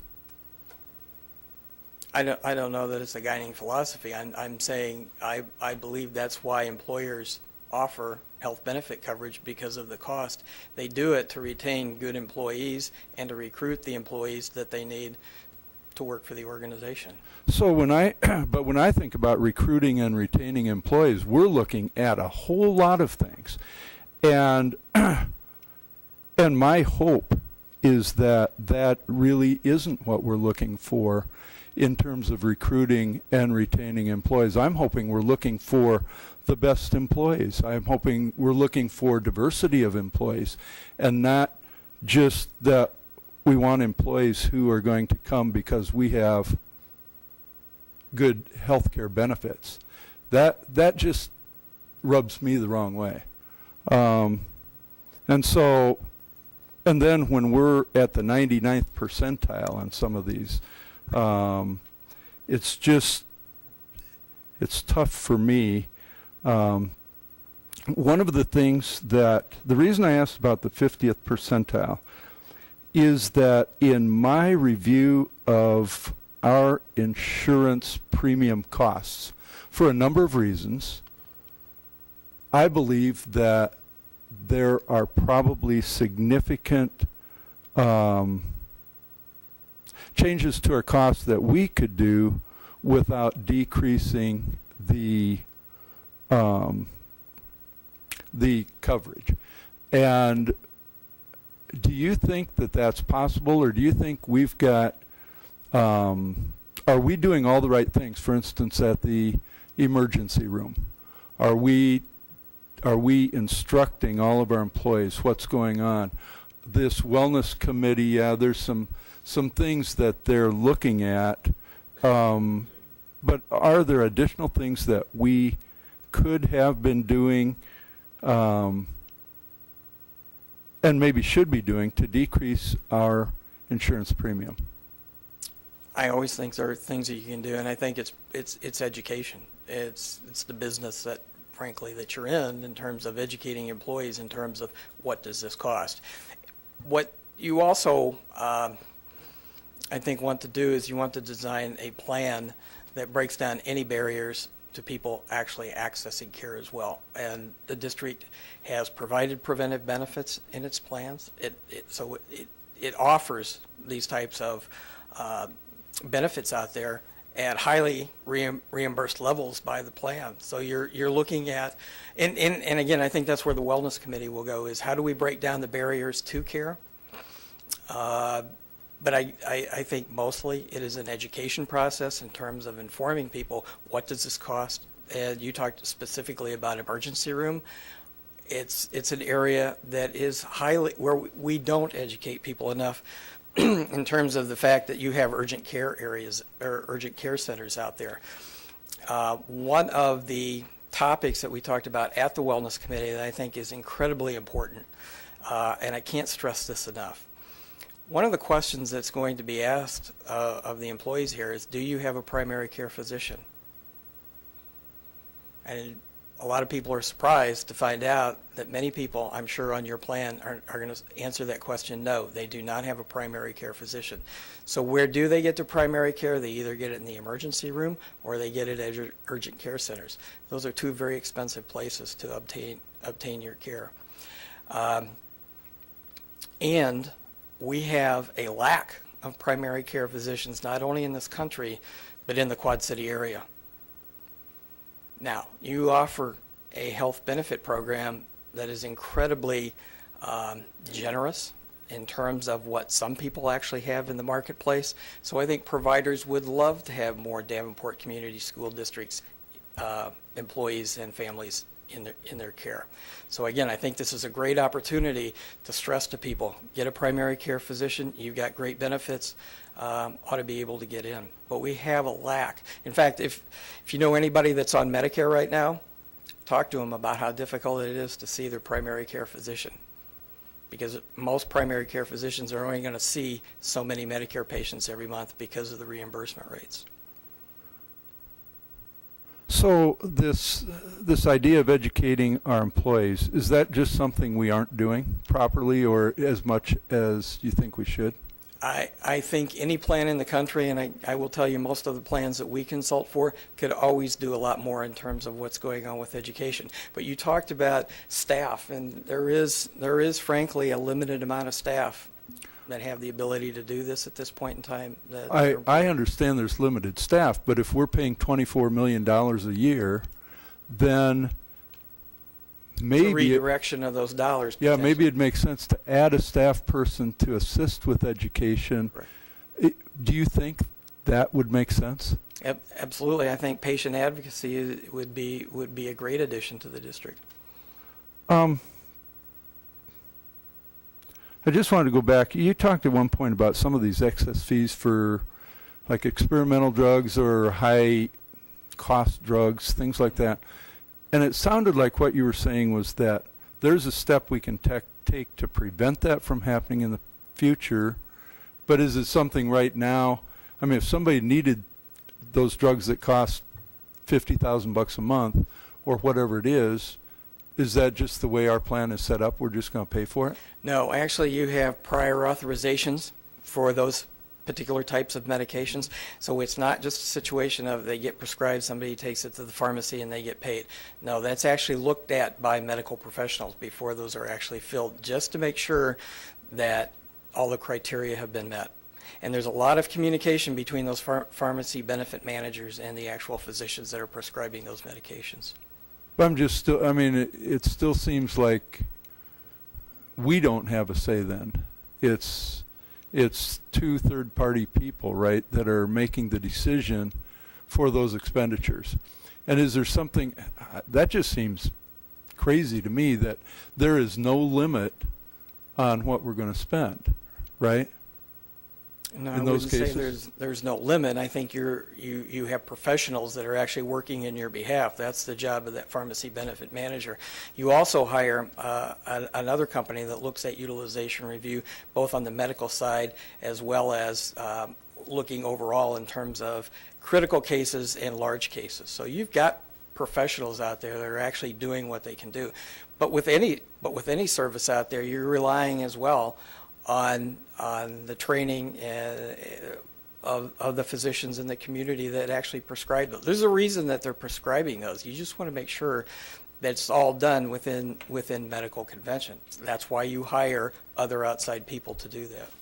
But I guess that's where I'm going, is that if we're hiring these medical professionals who want to promote the medical profession and the pharmaceutical drugs, I would think that they would not necessarily be working on our behalf, because philosophically they have to be over there on the other side, don't they, saying, let's go ahead, we need to, I mean, even if it's only a 1,000% chance that this drug is going to work and it's only going to cost us $100,000 a month, and we'll check through the check marks, but then we're going to go ahead and authorize it.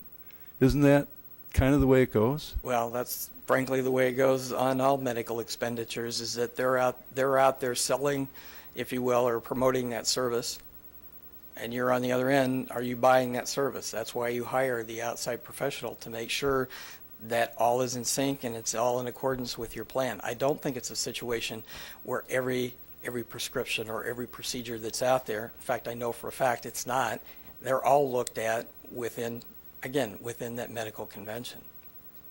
I don't know that I'm answering your question. I guess I'm just saying I wish there were a way for it to be evaluated under our district convention and not just under a medical convention. Let me go to third-party administrator. Okay.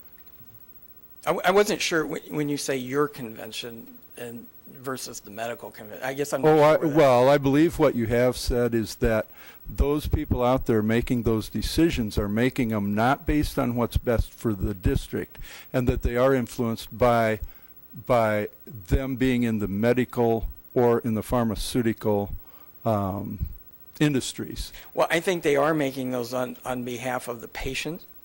And then again, your side is coming together with those medical professionals to make sure that it is being done properly and in the right situation, the right setting, at the right cost.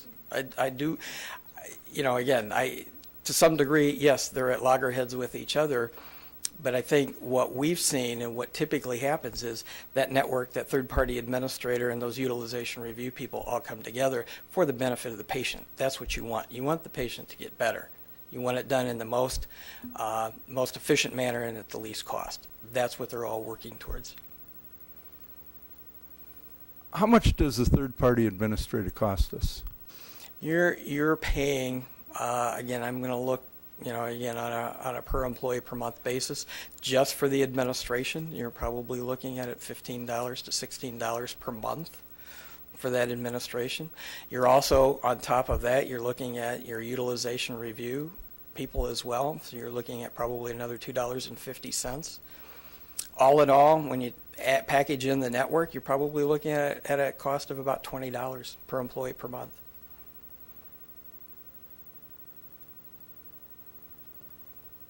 That's a lot of money. It is a lot of money. So, is it worth it? If that's right, I mean, if we have 2,600 employees times $20, You have about 2,100 on your health plan right now. What's that? Oh, you said 2,100? Roughly. Okay. Yes. And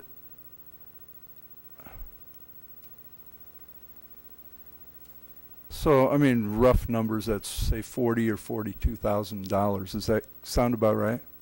No. Have I done the math right? No, it's much more than that. No, I mean per month. Per month. For all of those people, sure. So $40,000.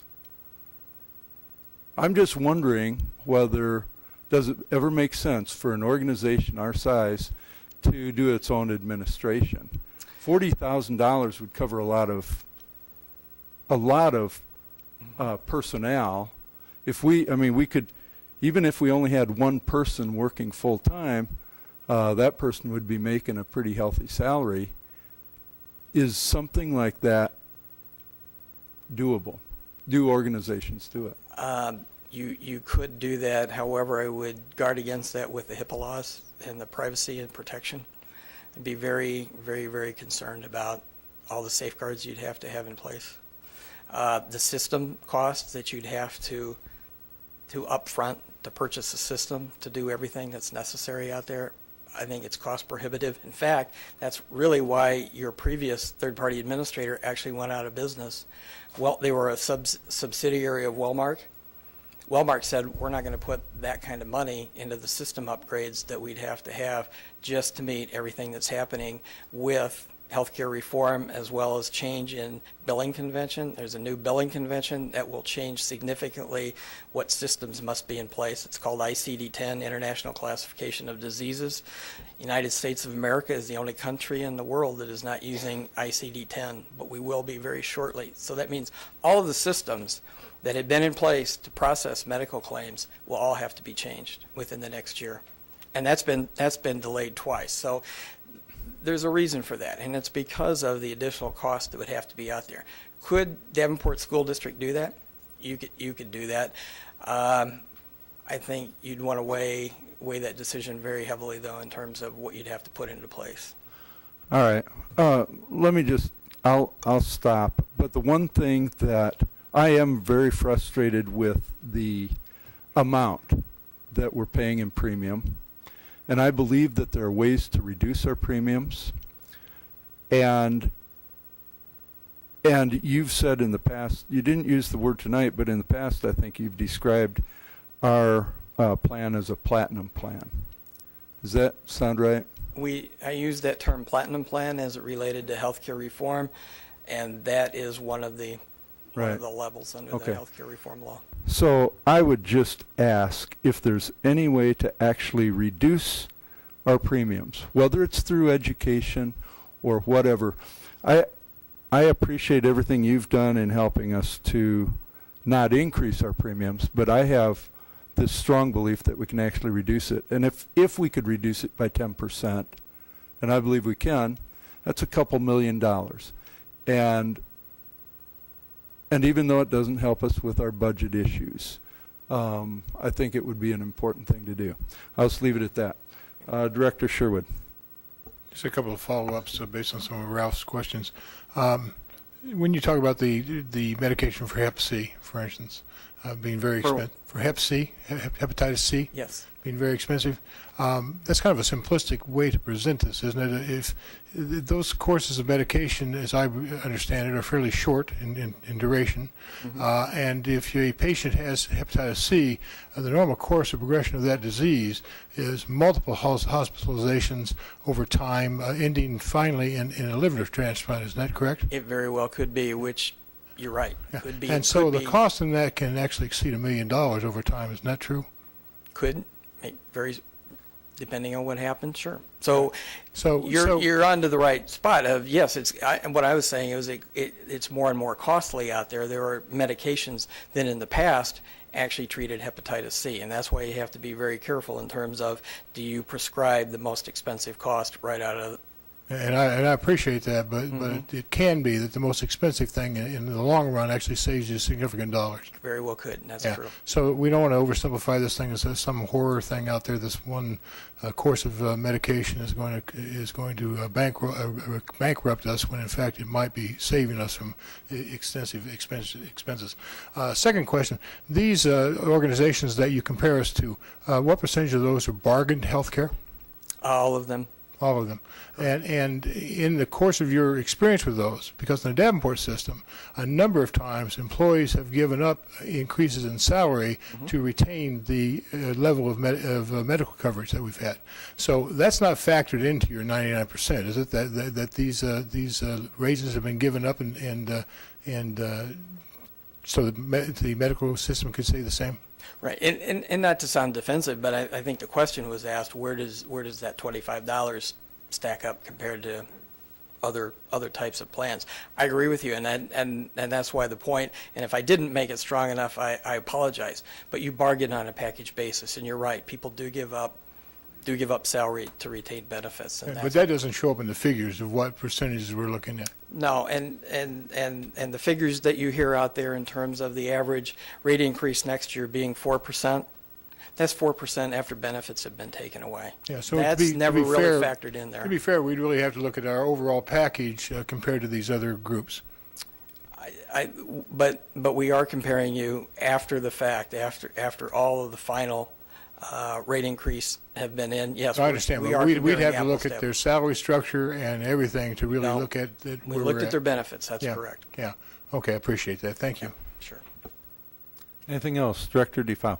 I'm reluctant to lengthen this conversation, but I just feel compelled to say I would strenuously object to our assuming the benefit administration of our self-insurance fund. For confidentiality purposes, for the HIPAA laws that have been stated, we are in the business of educating students. We are not healthcare practitioners. And, while we could put some systems into place at an extensive amount of money to implement those and hire a cadre of staff to manage it, I am much more confident in a system that's managed externally than internally. I think you open yourself up to all kinds of questions as to, well, why wasn't my medication approved? Maybe they don't want me to get this experimental drug. Perhaps they don't, perhaps the district doesn't have my best interest health-wise at heart. I would strenuously object. Anybody else? And I think the only thing I would say relative to that is that I think we should question what's going on. I believe having the Platinum program without providing the education that Mr. Kearns has recommended, and without really looking at, and I shouldn't say that. I know that we look for ways to reduce our expenditures, but being in the 99th percentile, even though that is only with respect to health care premiums, and sure, maybe there's an overall thing that we should look at. But I really want to express that thought also, that I believe it's either the board or the district that should be involved, at least from a philosophical perspective.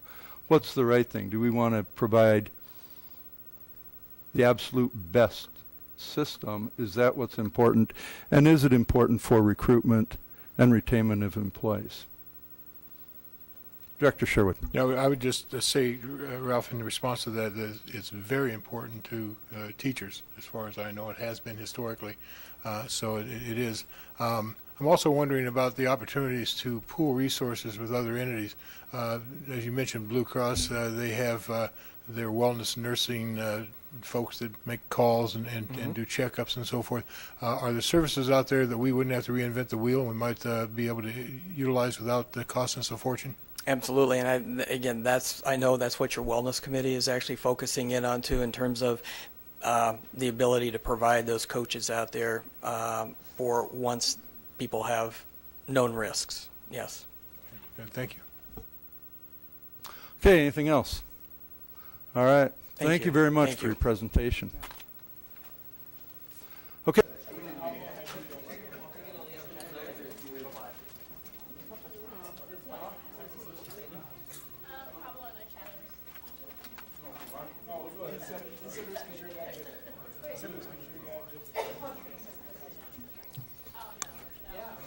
All right, we'll go ahead and reconvene.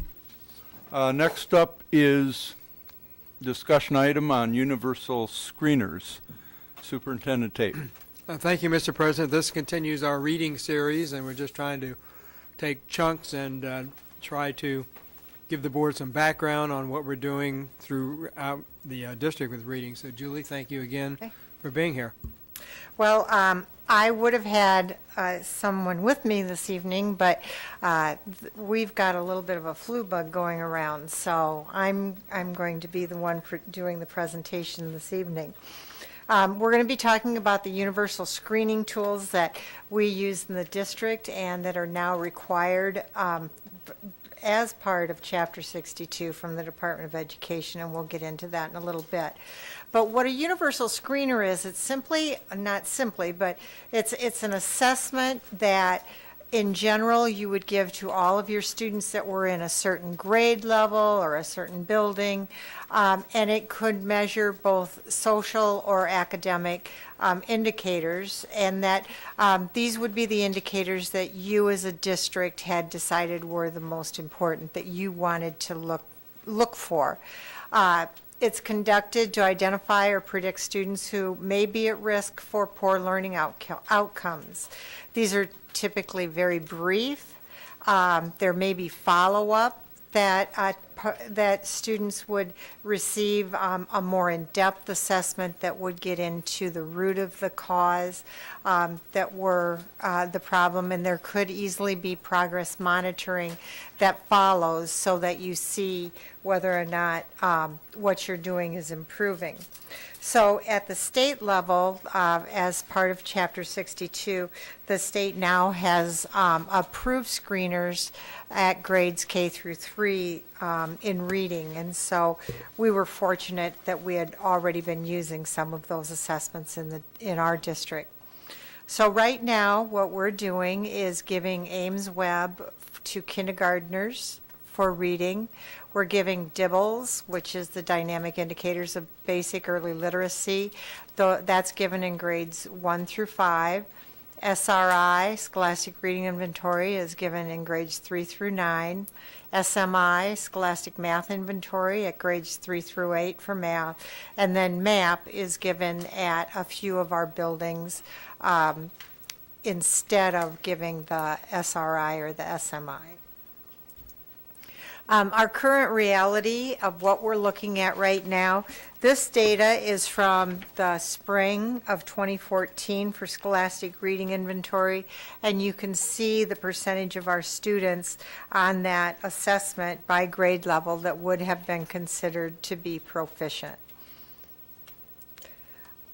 Likewise, for the SMI, this data, the SMI is a completely different assessment than the SRI, and what that does is measures your readiness for algebra. We do not give the MI at ninth grade to all students, so the data could be a little bit skewed, but currently we are giving it at grades 3 through 8, 3 times a year. And then finally, our Ames Web and Dibbles data shows you that this is fall data, so this is hot off the press. This is from the beginning of this year, where our students were at proficiency for the beginning of this school year.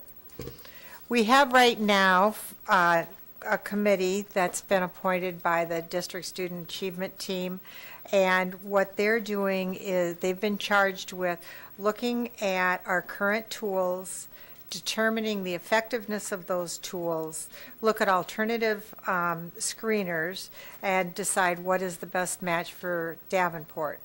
So that committee is made up of 20 teachers and administrators. They've been meeting since the beginning of September. They're getting very close to the end of their study. They've gotten down to 6 tools that they're doing research on. That would be the Dibbles, SRI, SMI, an assessment called FAST. They're looking at the map, another assessment called STAR, and then Ames Web.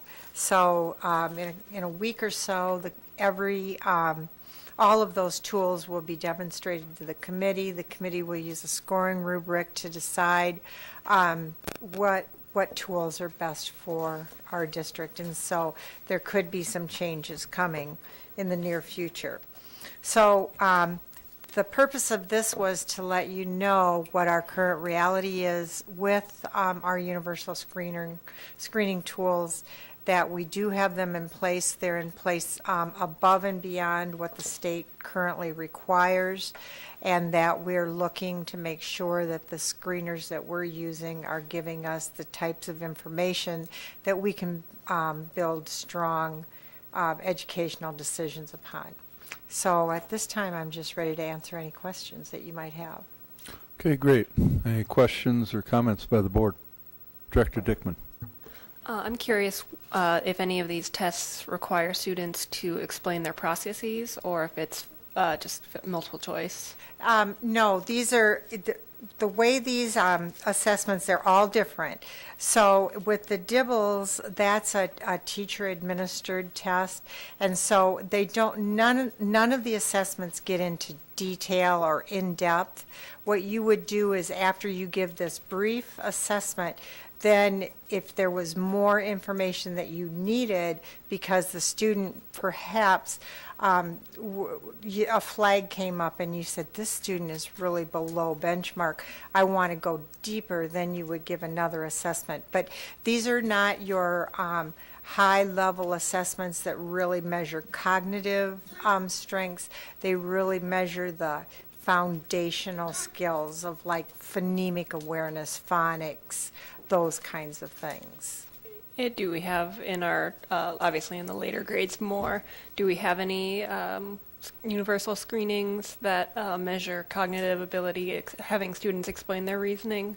The assessments that the assessments that we use for Universal Screener really are to put up a flag to say there's some kind of, they're at risk for learning. So our cognitive assessments would not be considered our universal screeners.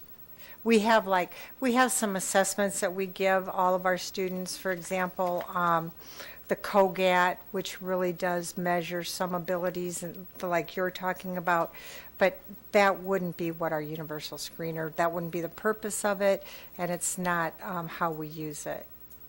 Wouldn't it be in the best interest of our district, though, to make sure that all of our students are at a level of thinking and being able to follow certain processes? I guess that seems confusing to me, that we would be checking that they have phonemic awareness, but not, that they can put those sounds then together and following those processes and explaining their reasoning. I just, I'm at a loss of how to actually answer that question, because the universal screener is really focused on just the basic skill level to be able to then, that it sets you up for further learning and to be able to, if students don't have these basic skills and basic understandings, then it's harder for them to move on to the next level. So this really gives us a flag that we've got to go more in depth and find out what is the root cause of the situation so that we can give remediation. But what if they would pass through the dibbles or something like that, but they're not understanding the processes? Then then there's other diagnostic assessments. So at some levels, we're testing comprehension. We're testing other things rather than just phonemic awareness with our students. Right, and I'm sure that's true. Has there any thought been given to a form of universal screening for comprehension of processes, for any sort of universal screening that involves having students explain their processes? We really haven't. Honestly, I'd have to say no. Not now, but it's definitely in my mind now. All right, well, okay. That was the goal. Okay. Anybody else? Director Sherwood. Are we assessing for social emotional deficits? At this time, that's not one of our universal screeners. There is some investigation going on. We do know that some of these assessments do have that component, but at this point, the district's focus is on, for this purpose, is on reading and math. But yes, there are tools out there that are available, and we have not gotten into that yet. Do you agree that social emotional deficits can be just as predictive of academic success as academic deficits? Oh, absolutely. Then why aren't we testing? Because right now it's all a process. We're moving forward. The district now is beginning to look strongly at. There's 3 areas if you were to think about your multi-tiered system approach. And so we started in the district with our literacy component, put a lot of emphasis and effort into that, and that's where our literacy coaches have come from.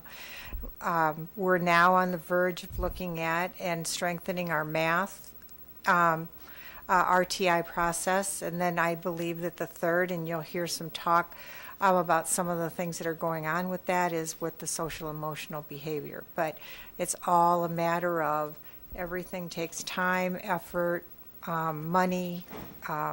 Teachers have to be, when we get into that, there's a lot of training that's involved. So it all has to be systematically tackled.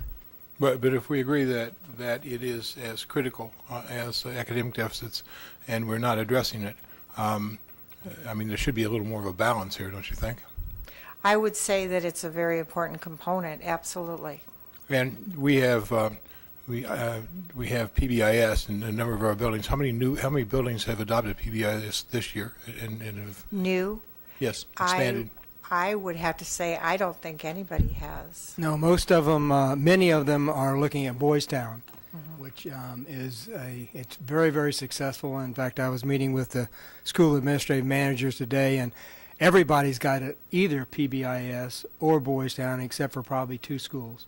Okay. So they're all reaching out with that. And back to your other, and Julie's doing a great job of saying we can't do everything at one time. All righty, and it says on your definition that the indicators are set by personnel and community. How has the community been involved in setting these indicators? That what that is just really the definition. So it's saying that in general, what does your community decide is important? We believe that when we talk to our community, when we go to the local school improvement advisory council, when we talk to our board of education, when we talk to our business partners, that literacy is a very important skill that everybody, I believe, feels is important for success. And so when we look at literacy, we of course look at what are those skills that we should be testing. Now at grades K through 3, the state decides what those are, and we have those in place. Okay, thank you. Mm-hmm. Anybody else?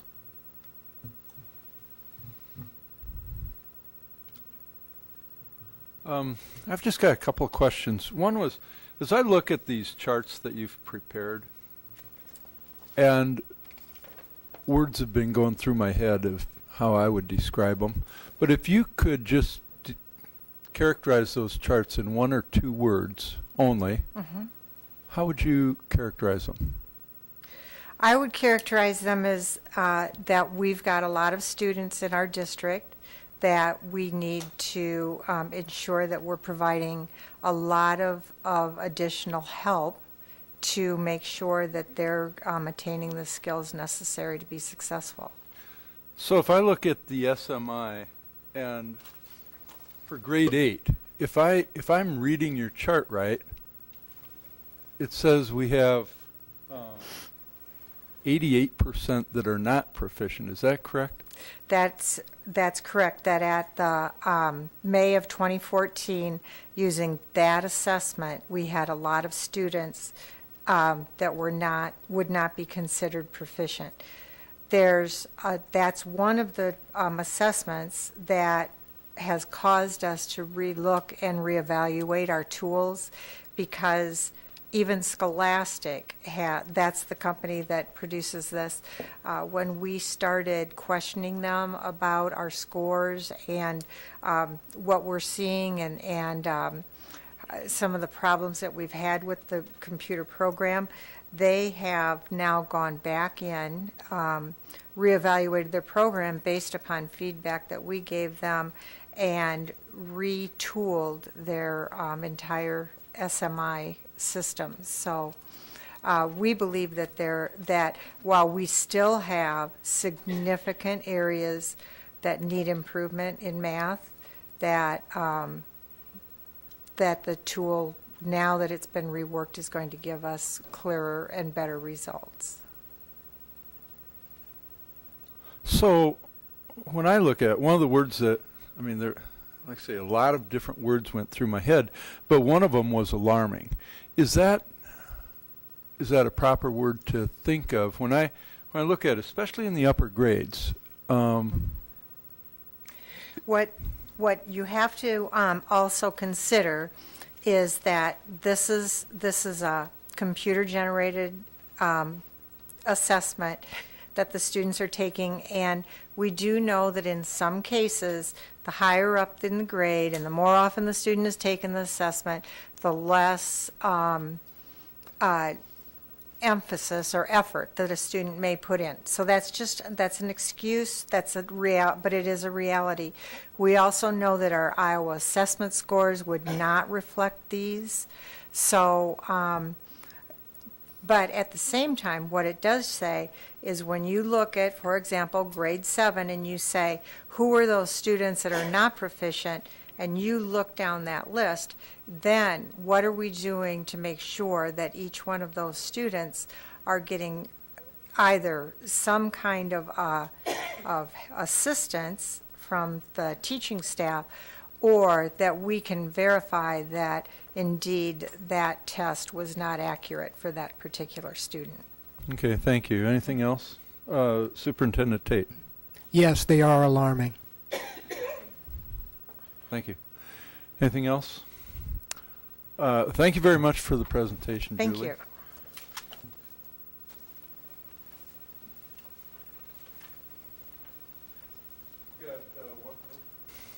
Looks like just one more discussion item. District sustainability efforts, Superintendent Tate. Oh, looks like we have the team ready to go. So, Mr. Maloney.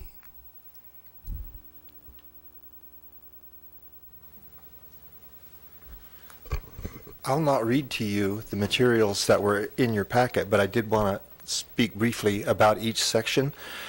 In reviewing the district's efforts the past 20 years, clear evidence that the district has done a lot of work on energy efficiency and sustainability. And in talking with my peers around the region and our contractors and architects, this district is viewed as having been a leader among Iowa school districts in its sustainability efforts and its energy efficiency. Now, about 5 or 6 years ago, much of that emphasis or effort turned to safety and security, and a lot of the facilities capital investment turned towards safety and security, and a little less emphasis on energy efficiency. But we have always maintained a good bit of emphasis on energy and sustainability kinds of efforts. The district's won multiple awards. Many of them are on the wall or trophies of things out at operations. And we have, I think, accomplished a great deal. I also think that there's a great deal more we might accomplish. This past year, recognizing that we could do more work, the superintendent has established an energy efficiency committee. Folks from every part of the district are meeting monthly and talking about what are the behavioral things we could do, what are the simple things that we could do to increase our energy efficiency, to decrease our energy costs. We'll be presenting an energy newsletter monthly, customized for each school. We've got a little dashboard for each school. There's an example here, and it will display their electric and gas utilization last fiscal year and the current fiscal year to date, so they can kind of get a sense in each building of, well, what's our performance look like compared to last fiscal year, as we really put some effort into being conscientious about turn off the lights, turn down unused equipment, so forth, be really aware of our energy use and trying to really bring up just the level of ongoing monthly conversation. So this is an example of the dashboard. There'll be some other things each month, some energy tips and some other news kind of articles and so forth. And we'll also have some more detailed information on the flip side. It's a trifold kind of a thing about district work. Now, last fiscal year, we spent a little over $700,000 on natural gas and $1.6 million on electricity. So 2.3 million total. And when you spend that much, we think that, gosh, if we could make a small reduction in that, it would make a big difference. And so Dr. Tate has set a goal of saving $180,000. And we're working hard on actually accomplishing that. Between 2004 and 2014, we've accumulated over $1 million of rebates, grants, and incentives from Mid-American Energy and other sources for the energy efficiency work that's been done, the HVAC systems, the geothermal systems, the lighting upgrades, and so forth. So that's over $1 million in cash that has been checks written directly to the district, rebates, grants, and incentives. Now, we've shifted this year our utility bill and meter management. We have several hundred meters and several hundred utility bills from a commercial software with an annual license fee and support and so forth to a statewide system that's put up by the Iowa Department of Economic Development. It's called B3 benchmarking, and we enter all of our utility meter data in and our usage data and our type of building and so forth, and it benchmarks our buildings against other similar buildings across the state. We can compare performance, and by being involved with the B3 system, we're able to access a number of resources, an entire department of energy efficiency folks in the mechanical engineering program at Iowa State, and indeed we have been in touch with some of these folks and taken advantage of those resources. Click. The district also is a member of the U.S. Green Building Council. As a district member, that means that all of our employees can set up an individual account and access USGBC resources. There's curriculum resources, there's research, a lot of good information, and by having a district membership, it enables all of our employees to have an individual access to USGBC resources. The district has for many years used what's called integrated pest management, where we really aggressively control and minimize the use of pesticides, herbicides, and fertilizers. You do see that there are a good many broadleaf weeds in many of our lawns, but we also are not applying a lot of 2,4-D and other things that's ultimately in the river. So that's a good thing. We use green cleaning supplies and equipment. All of the cleaning supplies Custodial Services uses are certified to be non-toxic and non-harmful and not the kinds of things that we shouldn't be using. And at the same time, they're disinfectants, they're germ-killing agents and sanitizers and so forth that are very effective, but they are what's considered to be green cleaning. We've had an ongoing program of lighting retrofits, and as the lighting technology has improved, it's gotten even more beneficial to do so. This week we're converting the gym lights at Central to LED. Next week we'll be doing that at West. When we retrofit a gym, a single gym, it's about $1,100 a year savings in electricity for one gym. So when we do like the practice gyms where there are 3 or 4, that would be $3,000, $4,000. So we have an ongoing program to do these LED retrofits, and we get a rebate in most cases, depending upon the fixtures we're replacing, from Mid-American for each fixture replaced. Similarly, in our parking lots, we've been changing to LEDs. The Kimberly Center was done last year. One of the parking lots at North is being done here the next few months. Mid-City High School has LED fixtures throughout. The entire building is LED. LEDs continue to come down. The fixtures themselves come down in price. They use only 15 or 20% of the energy of incandescent lamps. They last 40 times longer. And when you look in a school building with hundreds and hundreds of fixtures, the amount of labor that our custodians spend just changing bulbs and tubes and so forth adds up significantly when we get rid of those fluorescent or incandescents and replace them with LEDs that last 40 times longer. Okay, next one. We have geothermal heating and cooling systems installed at 13 campuses.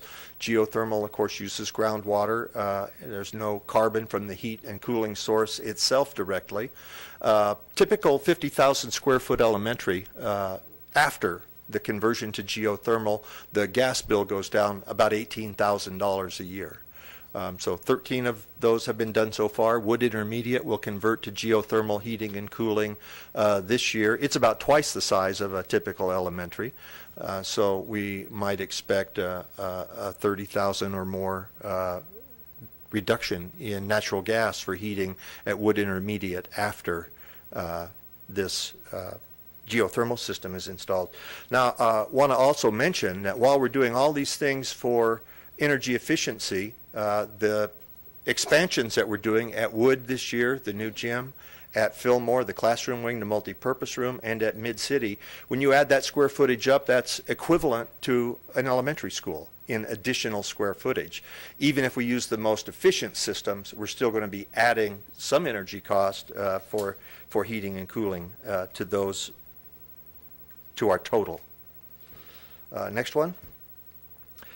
One of the things the district has a set point procedure that the operations folks use, and we try to manage temperature set points in classrooms in different spaces according to a chart that you see here. We don't have a policy. You've never said you want us to do a certain thing with set points, but we can say that for every degree that we lower in heating season or raise in cooling season, the set points that we save, I believe it's about 4% in energy.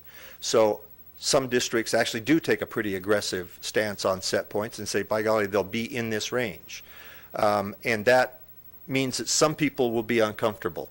The ASHRAE, the Association of Heating and Refrigeration Cooling Engineers and so forth, has published a standard on comfort for occupants of buildings, and it recognizes that at any given set point within the range, about 15% of people will complain that they're not comfortable at that set point. So regardless of where we set them within the comfort range, we know that a number of people will find that to be uncomfortable, and that we'll always have a certain amount of complaints about comfort regardless of where we set, but that if we aggressively set for energy savings, the savings in aggregate can be substantial. Next one, Joe. I wanted to mention a little bit the stormwater management stuff that we do district-wide. Many of our campuses have retention ponds, detention ponds, and other features like that to manage stormwater. There are some pretty good regulations about runoff from impervious surfaces, and the district has taken quite good advantage of partnership with the city. I've shown here an aerial photo of North High School, and there are a couple of detention facilities out there in the front that kind of look like just a drainage swale or a pond and so forth. They have some native plantings and so forth in them. But North, like many of our schools, you can see it's adjacent to Goose Creek. There's a lot of impervious surface with parking lots and roofs and so forth. And all of that stormwater ends up somewhere. And where it ends up from north is in Goose Creek. The partnership that the district has with the City of Davenport Public Works, a woman there by the name of Robin Dudd, and our science specialist, Melissa Trimble, have done a lot of work on multiple campuses across the district to develop curriculum and to make the use of our detention and stormwater facilities, some rain gardens, some other things like that, an integrated part of science instruction in the district. This is a partnership. I was quite surprised myself at the extent of it, and the level of commitment of many of our teachers on many of our campuses, and the work that Melissa and Robin have done. And you saw in your packet Robin's comments, basically, is what I had included there, about this partnership and the work that they're doing. And the importance of it is the education of our students about the importance of our groundwater, our stormwater, and the management of it, but also that results in, because we do this education effort, the city waives $47,000 in stormwater fees. That's a direct result annually. That's a $47,000 saving. And I wanted to recognize Melissa and Robin because it's the individuals like that go make this difference kind of on their own, and it's just demonstrative of the kinds of partnerships that the district has, like you mentioned with Palmer earlier, and others that the Creative Arts Academy. And this partnership on stormwater management, I think, is a very important one because of its connection to instruction, and of course the $47,000 matters too. I wanted to mention, when I was recognizing Melissa and Robin for their work, Joe Reagan here, who's with me. Joe is the energy technician for the district, and he actually does the work on much of the automated building controls in the district. And Joe's one of our resident experts in energy management generally in these systems, and certainly in that software that manages all the HVAC systems across the district. Joe formerly worked as a custodian in one of our buildings, and he had done a lot of training and study on these energy management systems. Joe has a degree in accounting. He helps us with our metrics there. He's interested in the numbers, and so I wanted to point that out and introduce you to Joe because he's typical of the quality of employees that we have across the district in business and operations, as well as in our schools. Next slide. Yep, I covered that one, so I should have advanced once more. In our new construction projects, we set out with a baseline for every new construction project to exceed the Iowa minimum energy code standards. We're going to exceed them. We don't just meet the minimum energy code standards, we always set out to exceed them. All of our eligible projects are entered into Mid-American's what's called the Commercial New Construction, or CNC program. By entering into that program, our eligible projects, we get up to $4,500 in design assistance from some energy engineers, the White Group, to help with our electrical engineer in the design of the project toward energy management. I mentioned earlier that we've received over $1 million in efficiency grants, rebates, and incentives, and the White Group and the CNC program, we get the design assistance, and then we get a cash award after the project is completed based on the actual amount by which we exceeded the Iowa Energy Code minimum. And that's a minimum standard for us, is to exceed the Iowa minimum. We've been looking at the certification programs for sustainability. LEED, the U.S. Green Building Council's program called Leadership in Energy and Environmental Design. I've done several LEED projects in the past. There's also another program that's a little less complicated and less difficult to meet, but it's recognized as equivalent to LEED by the General Services Administration. And both of these, the LEED program, the Green Globes program, cost money to register and enter. It's for doing stuff that we would be doing anyway, but what you get is the medallion that says, yes, we've certified that this building is LEED certified or this building is Green Globes. Now, I've only this morning gotten a cost estimate to do Green Globes at Fillmore and Wood for the additions there, and it would be about $13,000 to $15,000 to register the program with the agency, and another $30,000 or $35,000 in the consultant staff time to push the thing through the process. And I'm skeptical that I would be recommending that to you. I think that we will meet all of those criteria. We'll do all of those things for sustainability, but I'm not certain that I would recommend that. And part of our discussion is to hear what direction you want to give us. I included a photo of a 77 kW solar array. This is a project, a LEED Gold certified project that I built. That was $900,000 for that 77 kW array.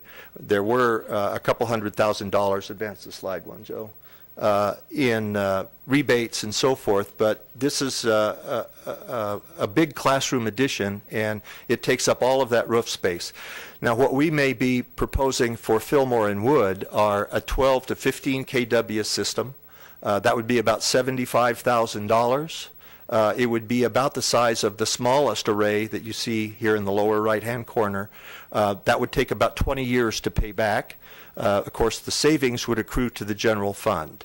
Right now, our place in the design process with our electrical engineer is to make it possible for us to decide to add PV, but we have not made a commitment to do that, in part wanting to hear your thoughts about these kinds of efforts. It really covers what I had to present, and I was most interested in trying to provoke your thinking and hear your discussion about what kinds of things you wanted us to do in regards to sustainability and our energy efficiency work in the future. And I'd be happy to answer any questions. More Thank happy you. to hear your discussion. I'm sure there'll be some. Any questions or comments? Director Snyder. I just have two regarding geothermal with a typical elementary school. What is the, like a typical geothermal cost to put that system into a building? And what is the expected lifespan of a geothermal system? The costs are going to be, from my recollections, they're going to be in $500,000 up to a little over $1 million for the projects we've done. But typically, they have done a whole bunch of other things besides simply the geothermal, and it kind of gets hard to say strictly which was which. When we do geothermal, we're adding air conditioning that may not have been there before. And the groundwater is the source both of heating and cooling and so forth. So the cost depends upon the nature and extent of the existing HVAC system, how much of it might have to be replaced and so forth. What I've seen is quite a wide range, but it always has included a lot of mechanical upgrades in addition to the geothermal system properly. The wells themselves, I understand, are warranted to be functional for 50 years. The equipment, like most HVAC equipment, pumps and air handlers and things like that, typically about 30 a year before they need either major repair or replacement. Okay, so about $1 million on the high side, you think? Yes. All right, thanks. Anybody else? Director Dickman. Do we have any programs in place to bring awareness to the staff or community? I didn't know about most of these things that are going on. I'm very excited to hear about most of them. And I think that, was a big part of the community. We could be a leader. Part of this is that we want to save money, but part of it also is I think that we want to lead the community and, as you said, apparently the state in showing that you can be sustainable. I know Director Sherwood has spent a great deal of his time lately trying to bring awareness. We're no longer at the point of not having climate change. We're mitigating the consequences of climate change. So the time to act is now. Is there anything that we're doing about awareness? Things like the newsletter that we were talking about sending to our schools, and part of what Dr. Tate's strategy is on our energy efficiency program is to start with increasing awareness, increasing understanding, increasing information. We've had some links on our website for a long time. How many people drill down and go to the links and things like that? I don't know. We have had recent conversations, Ms. Tangen and Dr. Tate and Don Saul and I, about how to improve the public awareness of what we're doing. And you have a lot of other work that demands the public's attention, and figuring out how best to advance that cause is part of the discussion tonight. And then the solar array that you had, how recently was that installed? The large one? Yeah. 2008. Okay, because I know that solar is going down in price rapidly, so I was a little disappointed to see that the payback is, let's call it more incremental than I was hoping. But I think we should certainly keep it in mind as we see the price for installation decrease and the return rate increase. And then something that you mentioned, are we using herbicides and fertilizers on our school grounds? Very, very selectively. Okay. Just obviously those things are not great for children to be around. So. There's notice, there's a very, very limited use, and when there is use, there's notice given and so forth. They're extremely limited. All right, wonderful. Glad to hear that. Bennett? I'm just curious, how much are you looking into the technologies that are just being developed and that could be out in the next few years? Because I know there's some really interesting ones that can really improve efficiency by up to about 4 times. Yeah, what we do is look at best available, and of course we're always looking out for what's going to be coming in the future. We work both with this white group, the one that Mid-American provides for consulting, but our own engineering staff are always investigating what's the best new technology, and we make some investment decision deferrals based on, we think this is going to get a lot better in the next couple of years. This is not the time to make that investment. So we're looking out there. Anybody else? Director Sherwood. Anybody that's been around energy for a while knows the best investment is conservation, and to that end, infiltration is always a problem, and they have to have ongoing programs to mitigate infiltration. What are we doing in that regard? We do an annual program of building envelope maintenance, and that is replacing windows, tuck pointing, exterior cladding, things like that. It's probably one of the areas where we could do a lot more. And part of what we do with the long-range plan is try to figure out which systems demand investment, repairs, and so forth, and which provide the best return on investment made. But I think that's an area where we probably could reap some rewards. Yeah, I think in my experience at least, that's the first place you'd look. Also, when it comes to comfort levels, that you mentioned, it's true you never please everyone, but when you have infiltration issues, that causes the desire for higher temperatures inside the buildings to go up dramatically. So you not only save dollars, you also please more people by reducing infiltration and radiant heat and cold as well.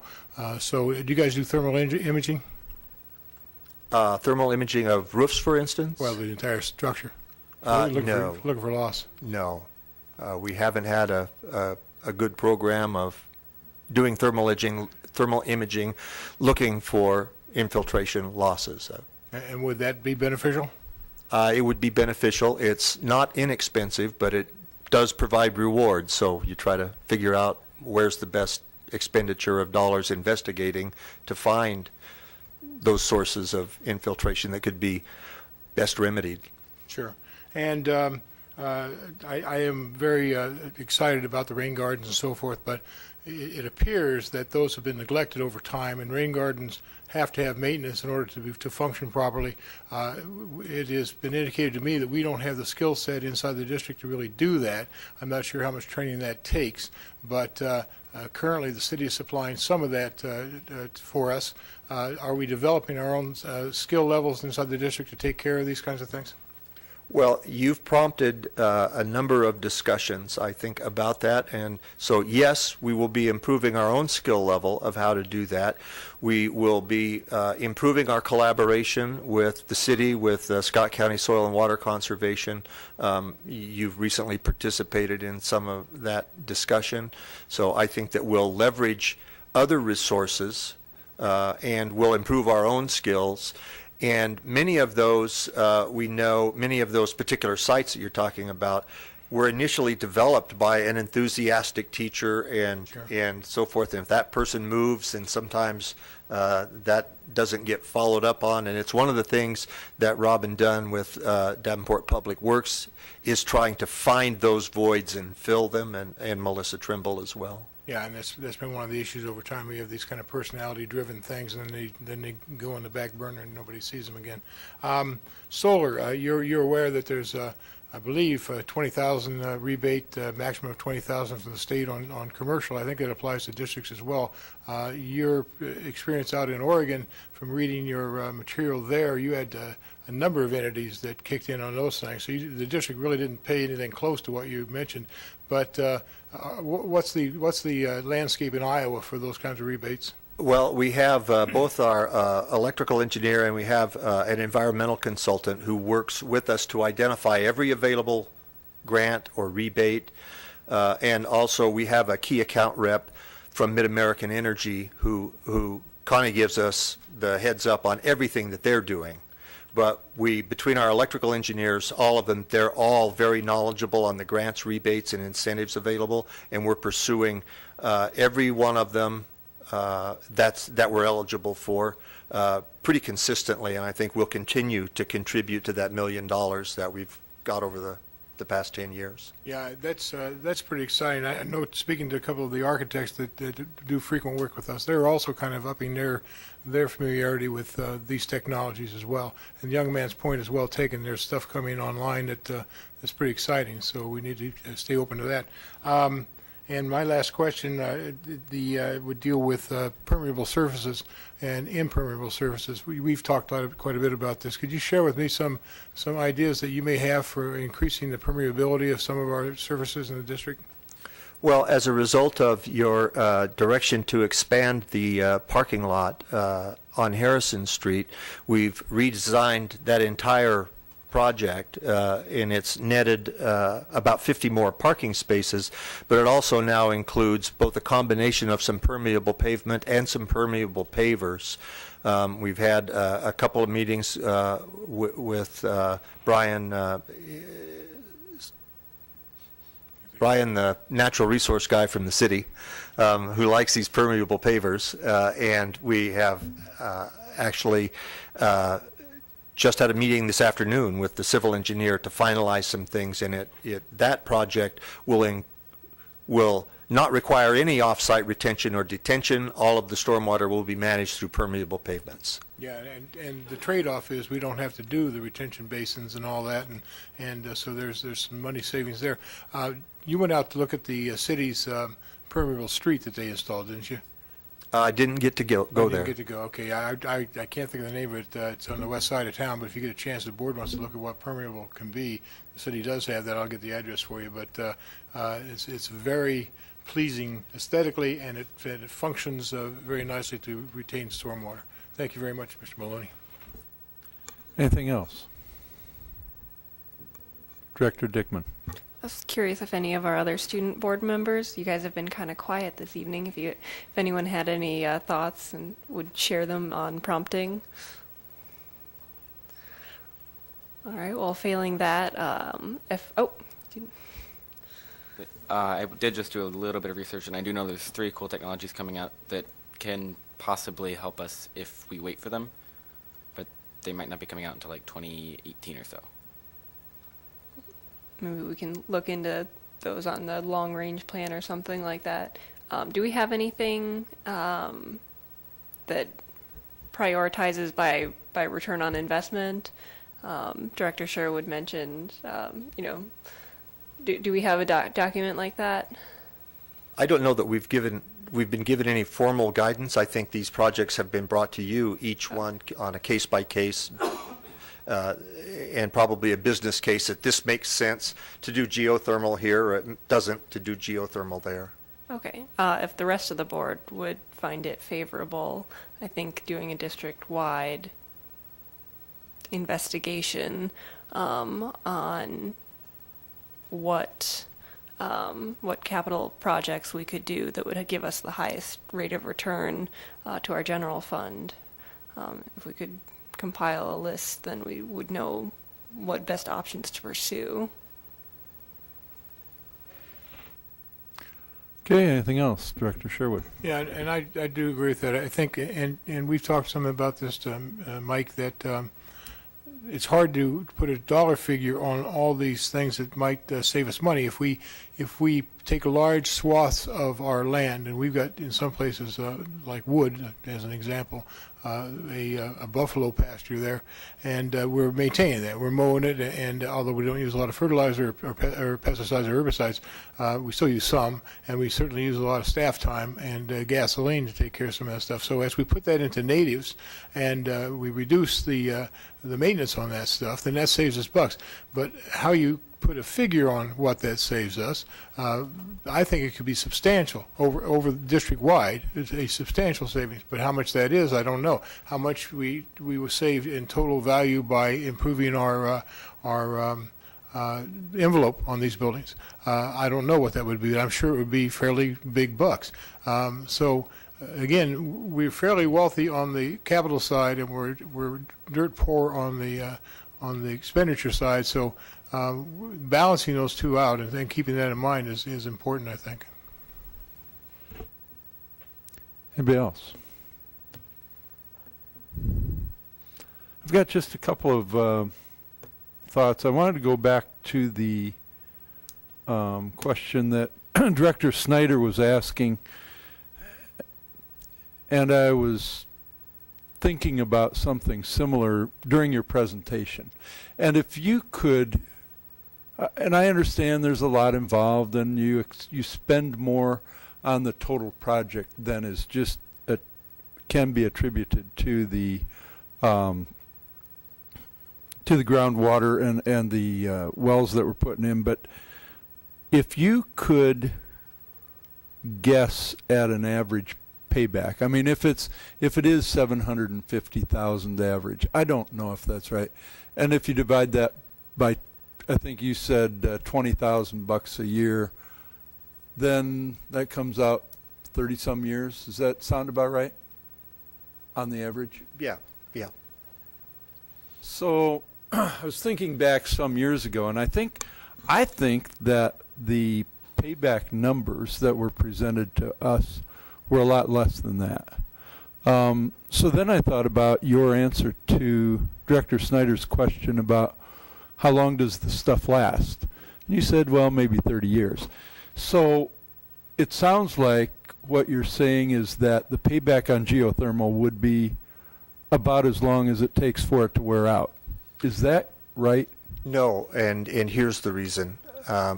Often when you're talking about the payback on that investment.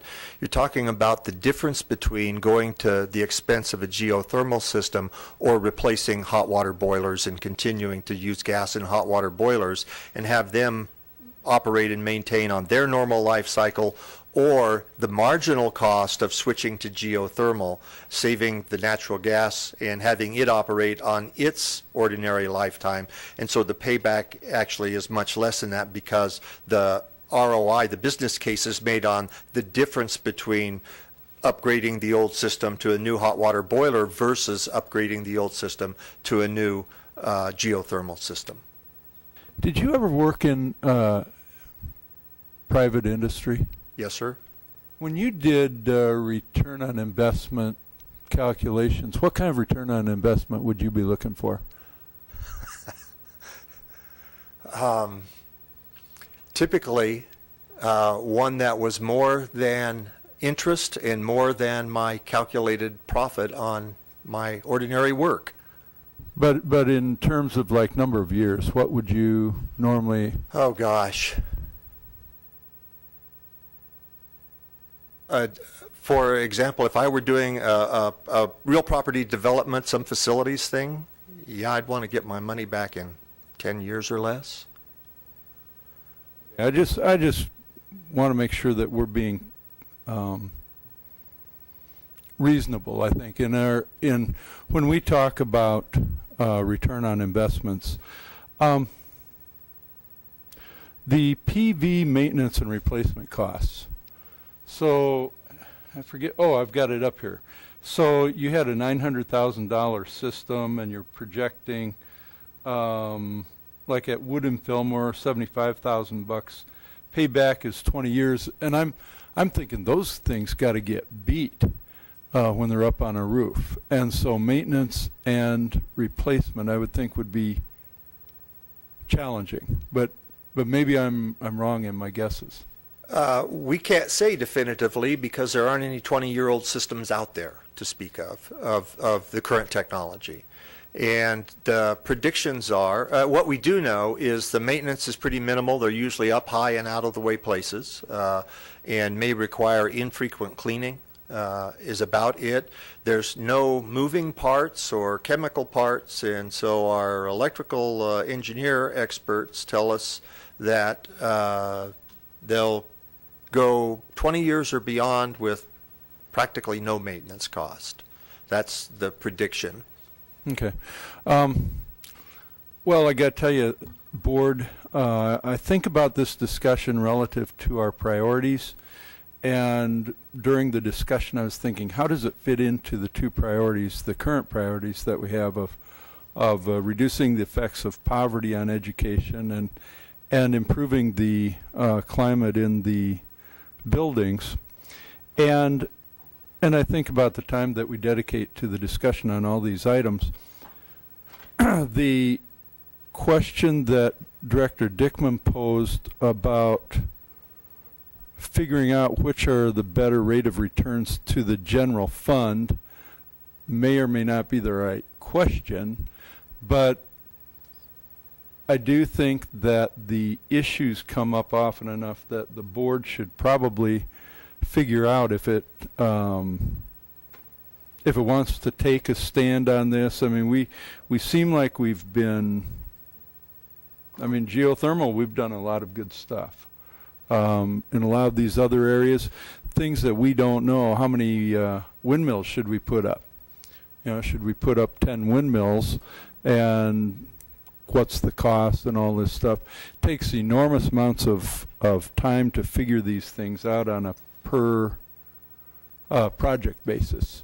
And so somehow, sometime, I think it would be right for the board to do a little bit more strategic planning in this area. Any other discussion? Director Sherwood. Just a little philosophical point to the board priorities. I know that most people they did a recent poll as where global climate change was in people's thinking. It's right there below cutting toenails about. People don't think about it very much. The fact is that the UN Intergovernmental Panel on Climate Change just released its final report and said in very strong language that we're in deep doo-doo. And the people that get hit first by these things, by the coming heat waves, by the coming extreme weather events, by sea level rise, and those are the people that get hurt worse by these things are poor people. And when we see heat waves in the inner cities, there's those folks without air conditioning that suffers, the asthmatics that suffer.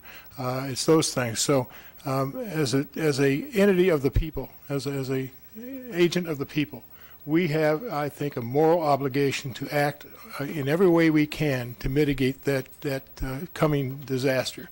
And I know it sounds probably a little shrill, but if you read the things I'm reading, which is not, it was just everything I'm reading, every scientist that I'm reading is telling me the same thing. So what I'm saying is not extreme.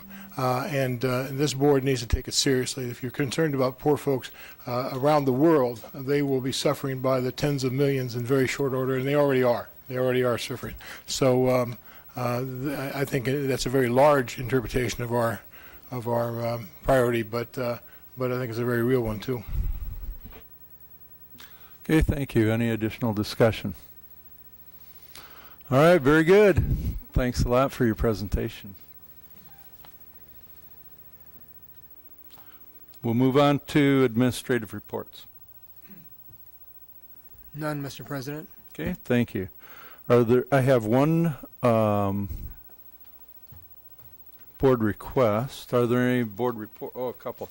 Are there any board reports? Director Sherwood.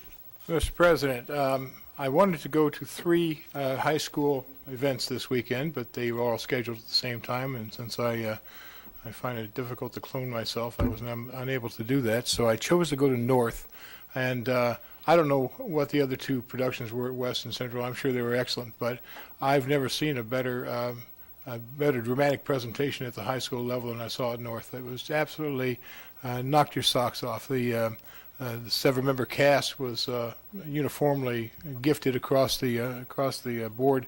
The staging was incredible. The direction was incredible. The sound system actually worked, which I was really pleased to see.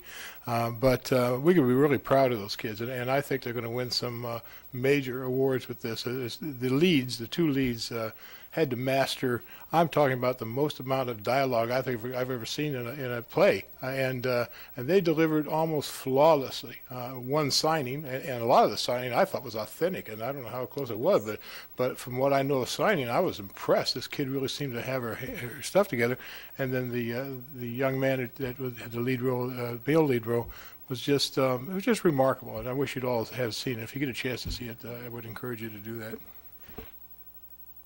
Thank you. Anything else? I've got one report.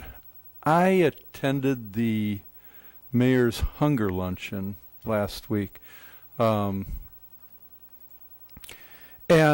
it was interesting by itself. But we also had a lot of North students, and I tell you, I can't remember whether it was the cheerleaders or the tennis team. I don't know. Do you know, Director DeFau? No. Okay. I believe it was cheerleaders. And Diana McCune I met, and I only had maybe a minute to talk with her, but it was really, really impressive. And I did ask her to send me some information sometime on what they do. But it sounded like they're really focusing on a lot of other community activities and service activities for that group and perhaps other groups at North. Anyway, I wanted to highlight what a great group of students they were. They were helping out with the activity, helping to sell cookies and other things in the fundraising efforts that were there. I have 2 board requests. First is from Director Dickman. 11-10-14 information request. What is the administrative structure at other UEN districts? What are the compensation structures like at comparable districts, especially looking at high schools? Director Snyder, 11/10/2014, information request. How do we determine and set athletic coach compensation? I see a huge variance where in many cases assistants of one sport are paid much more than head coaches of other sports.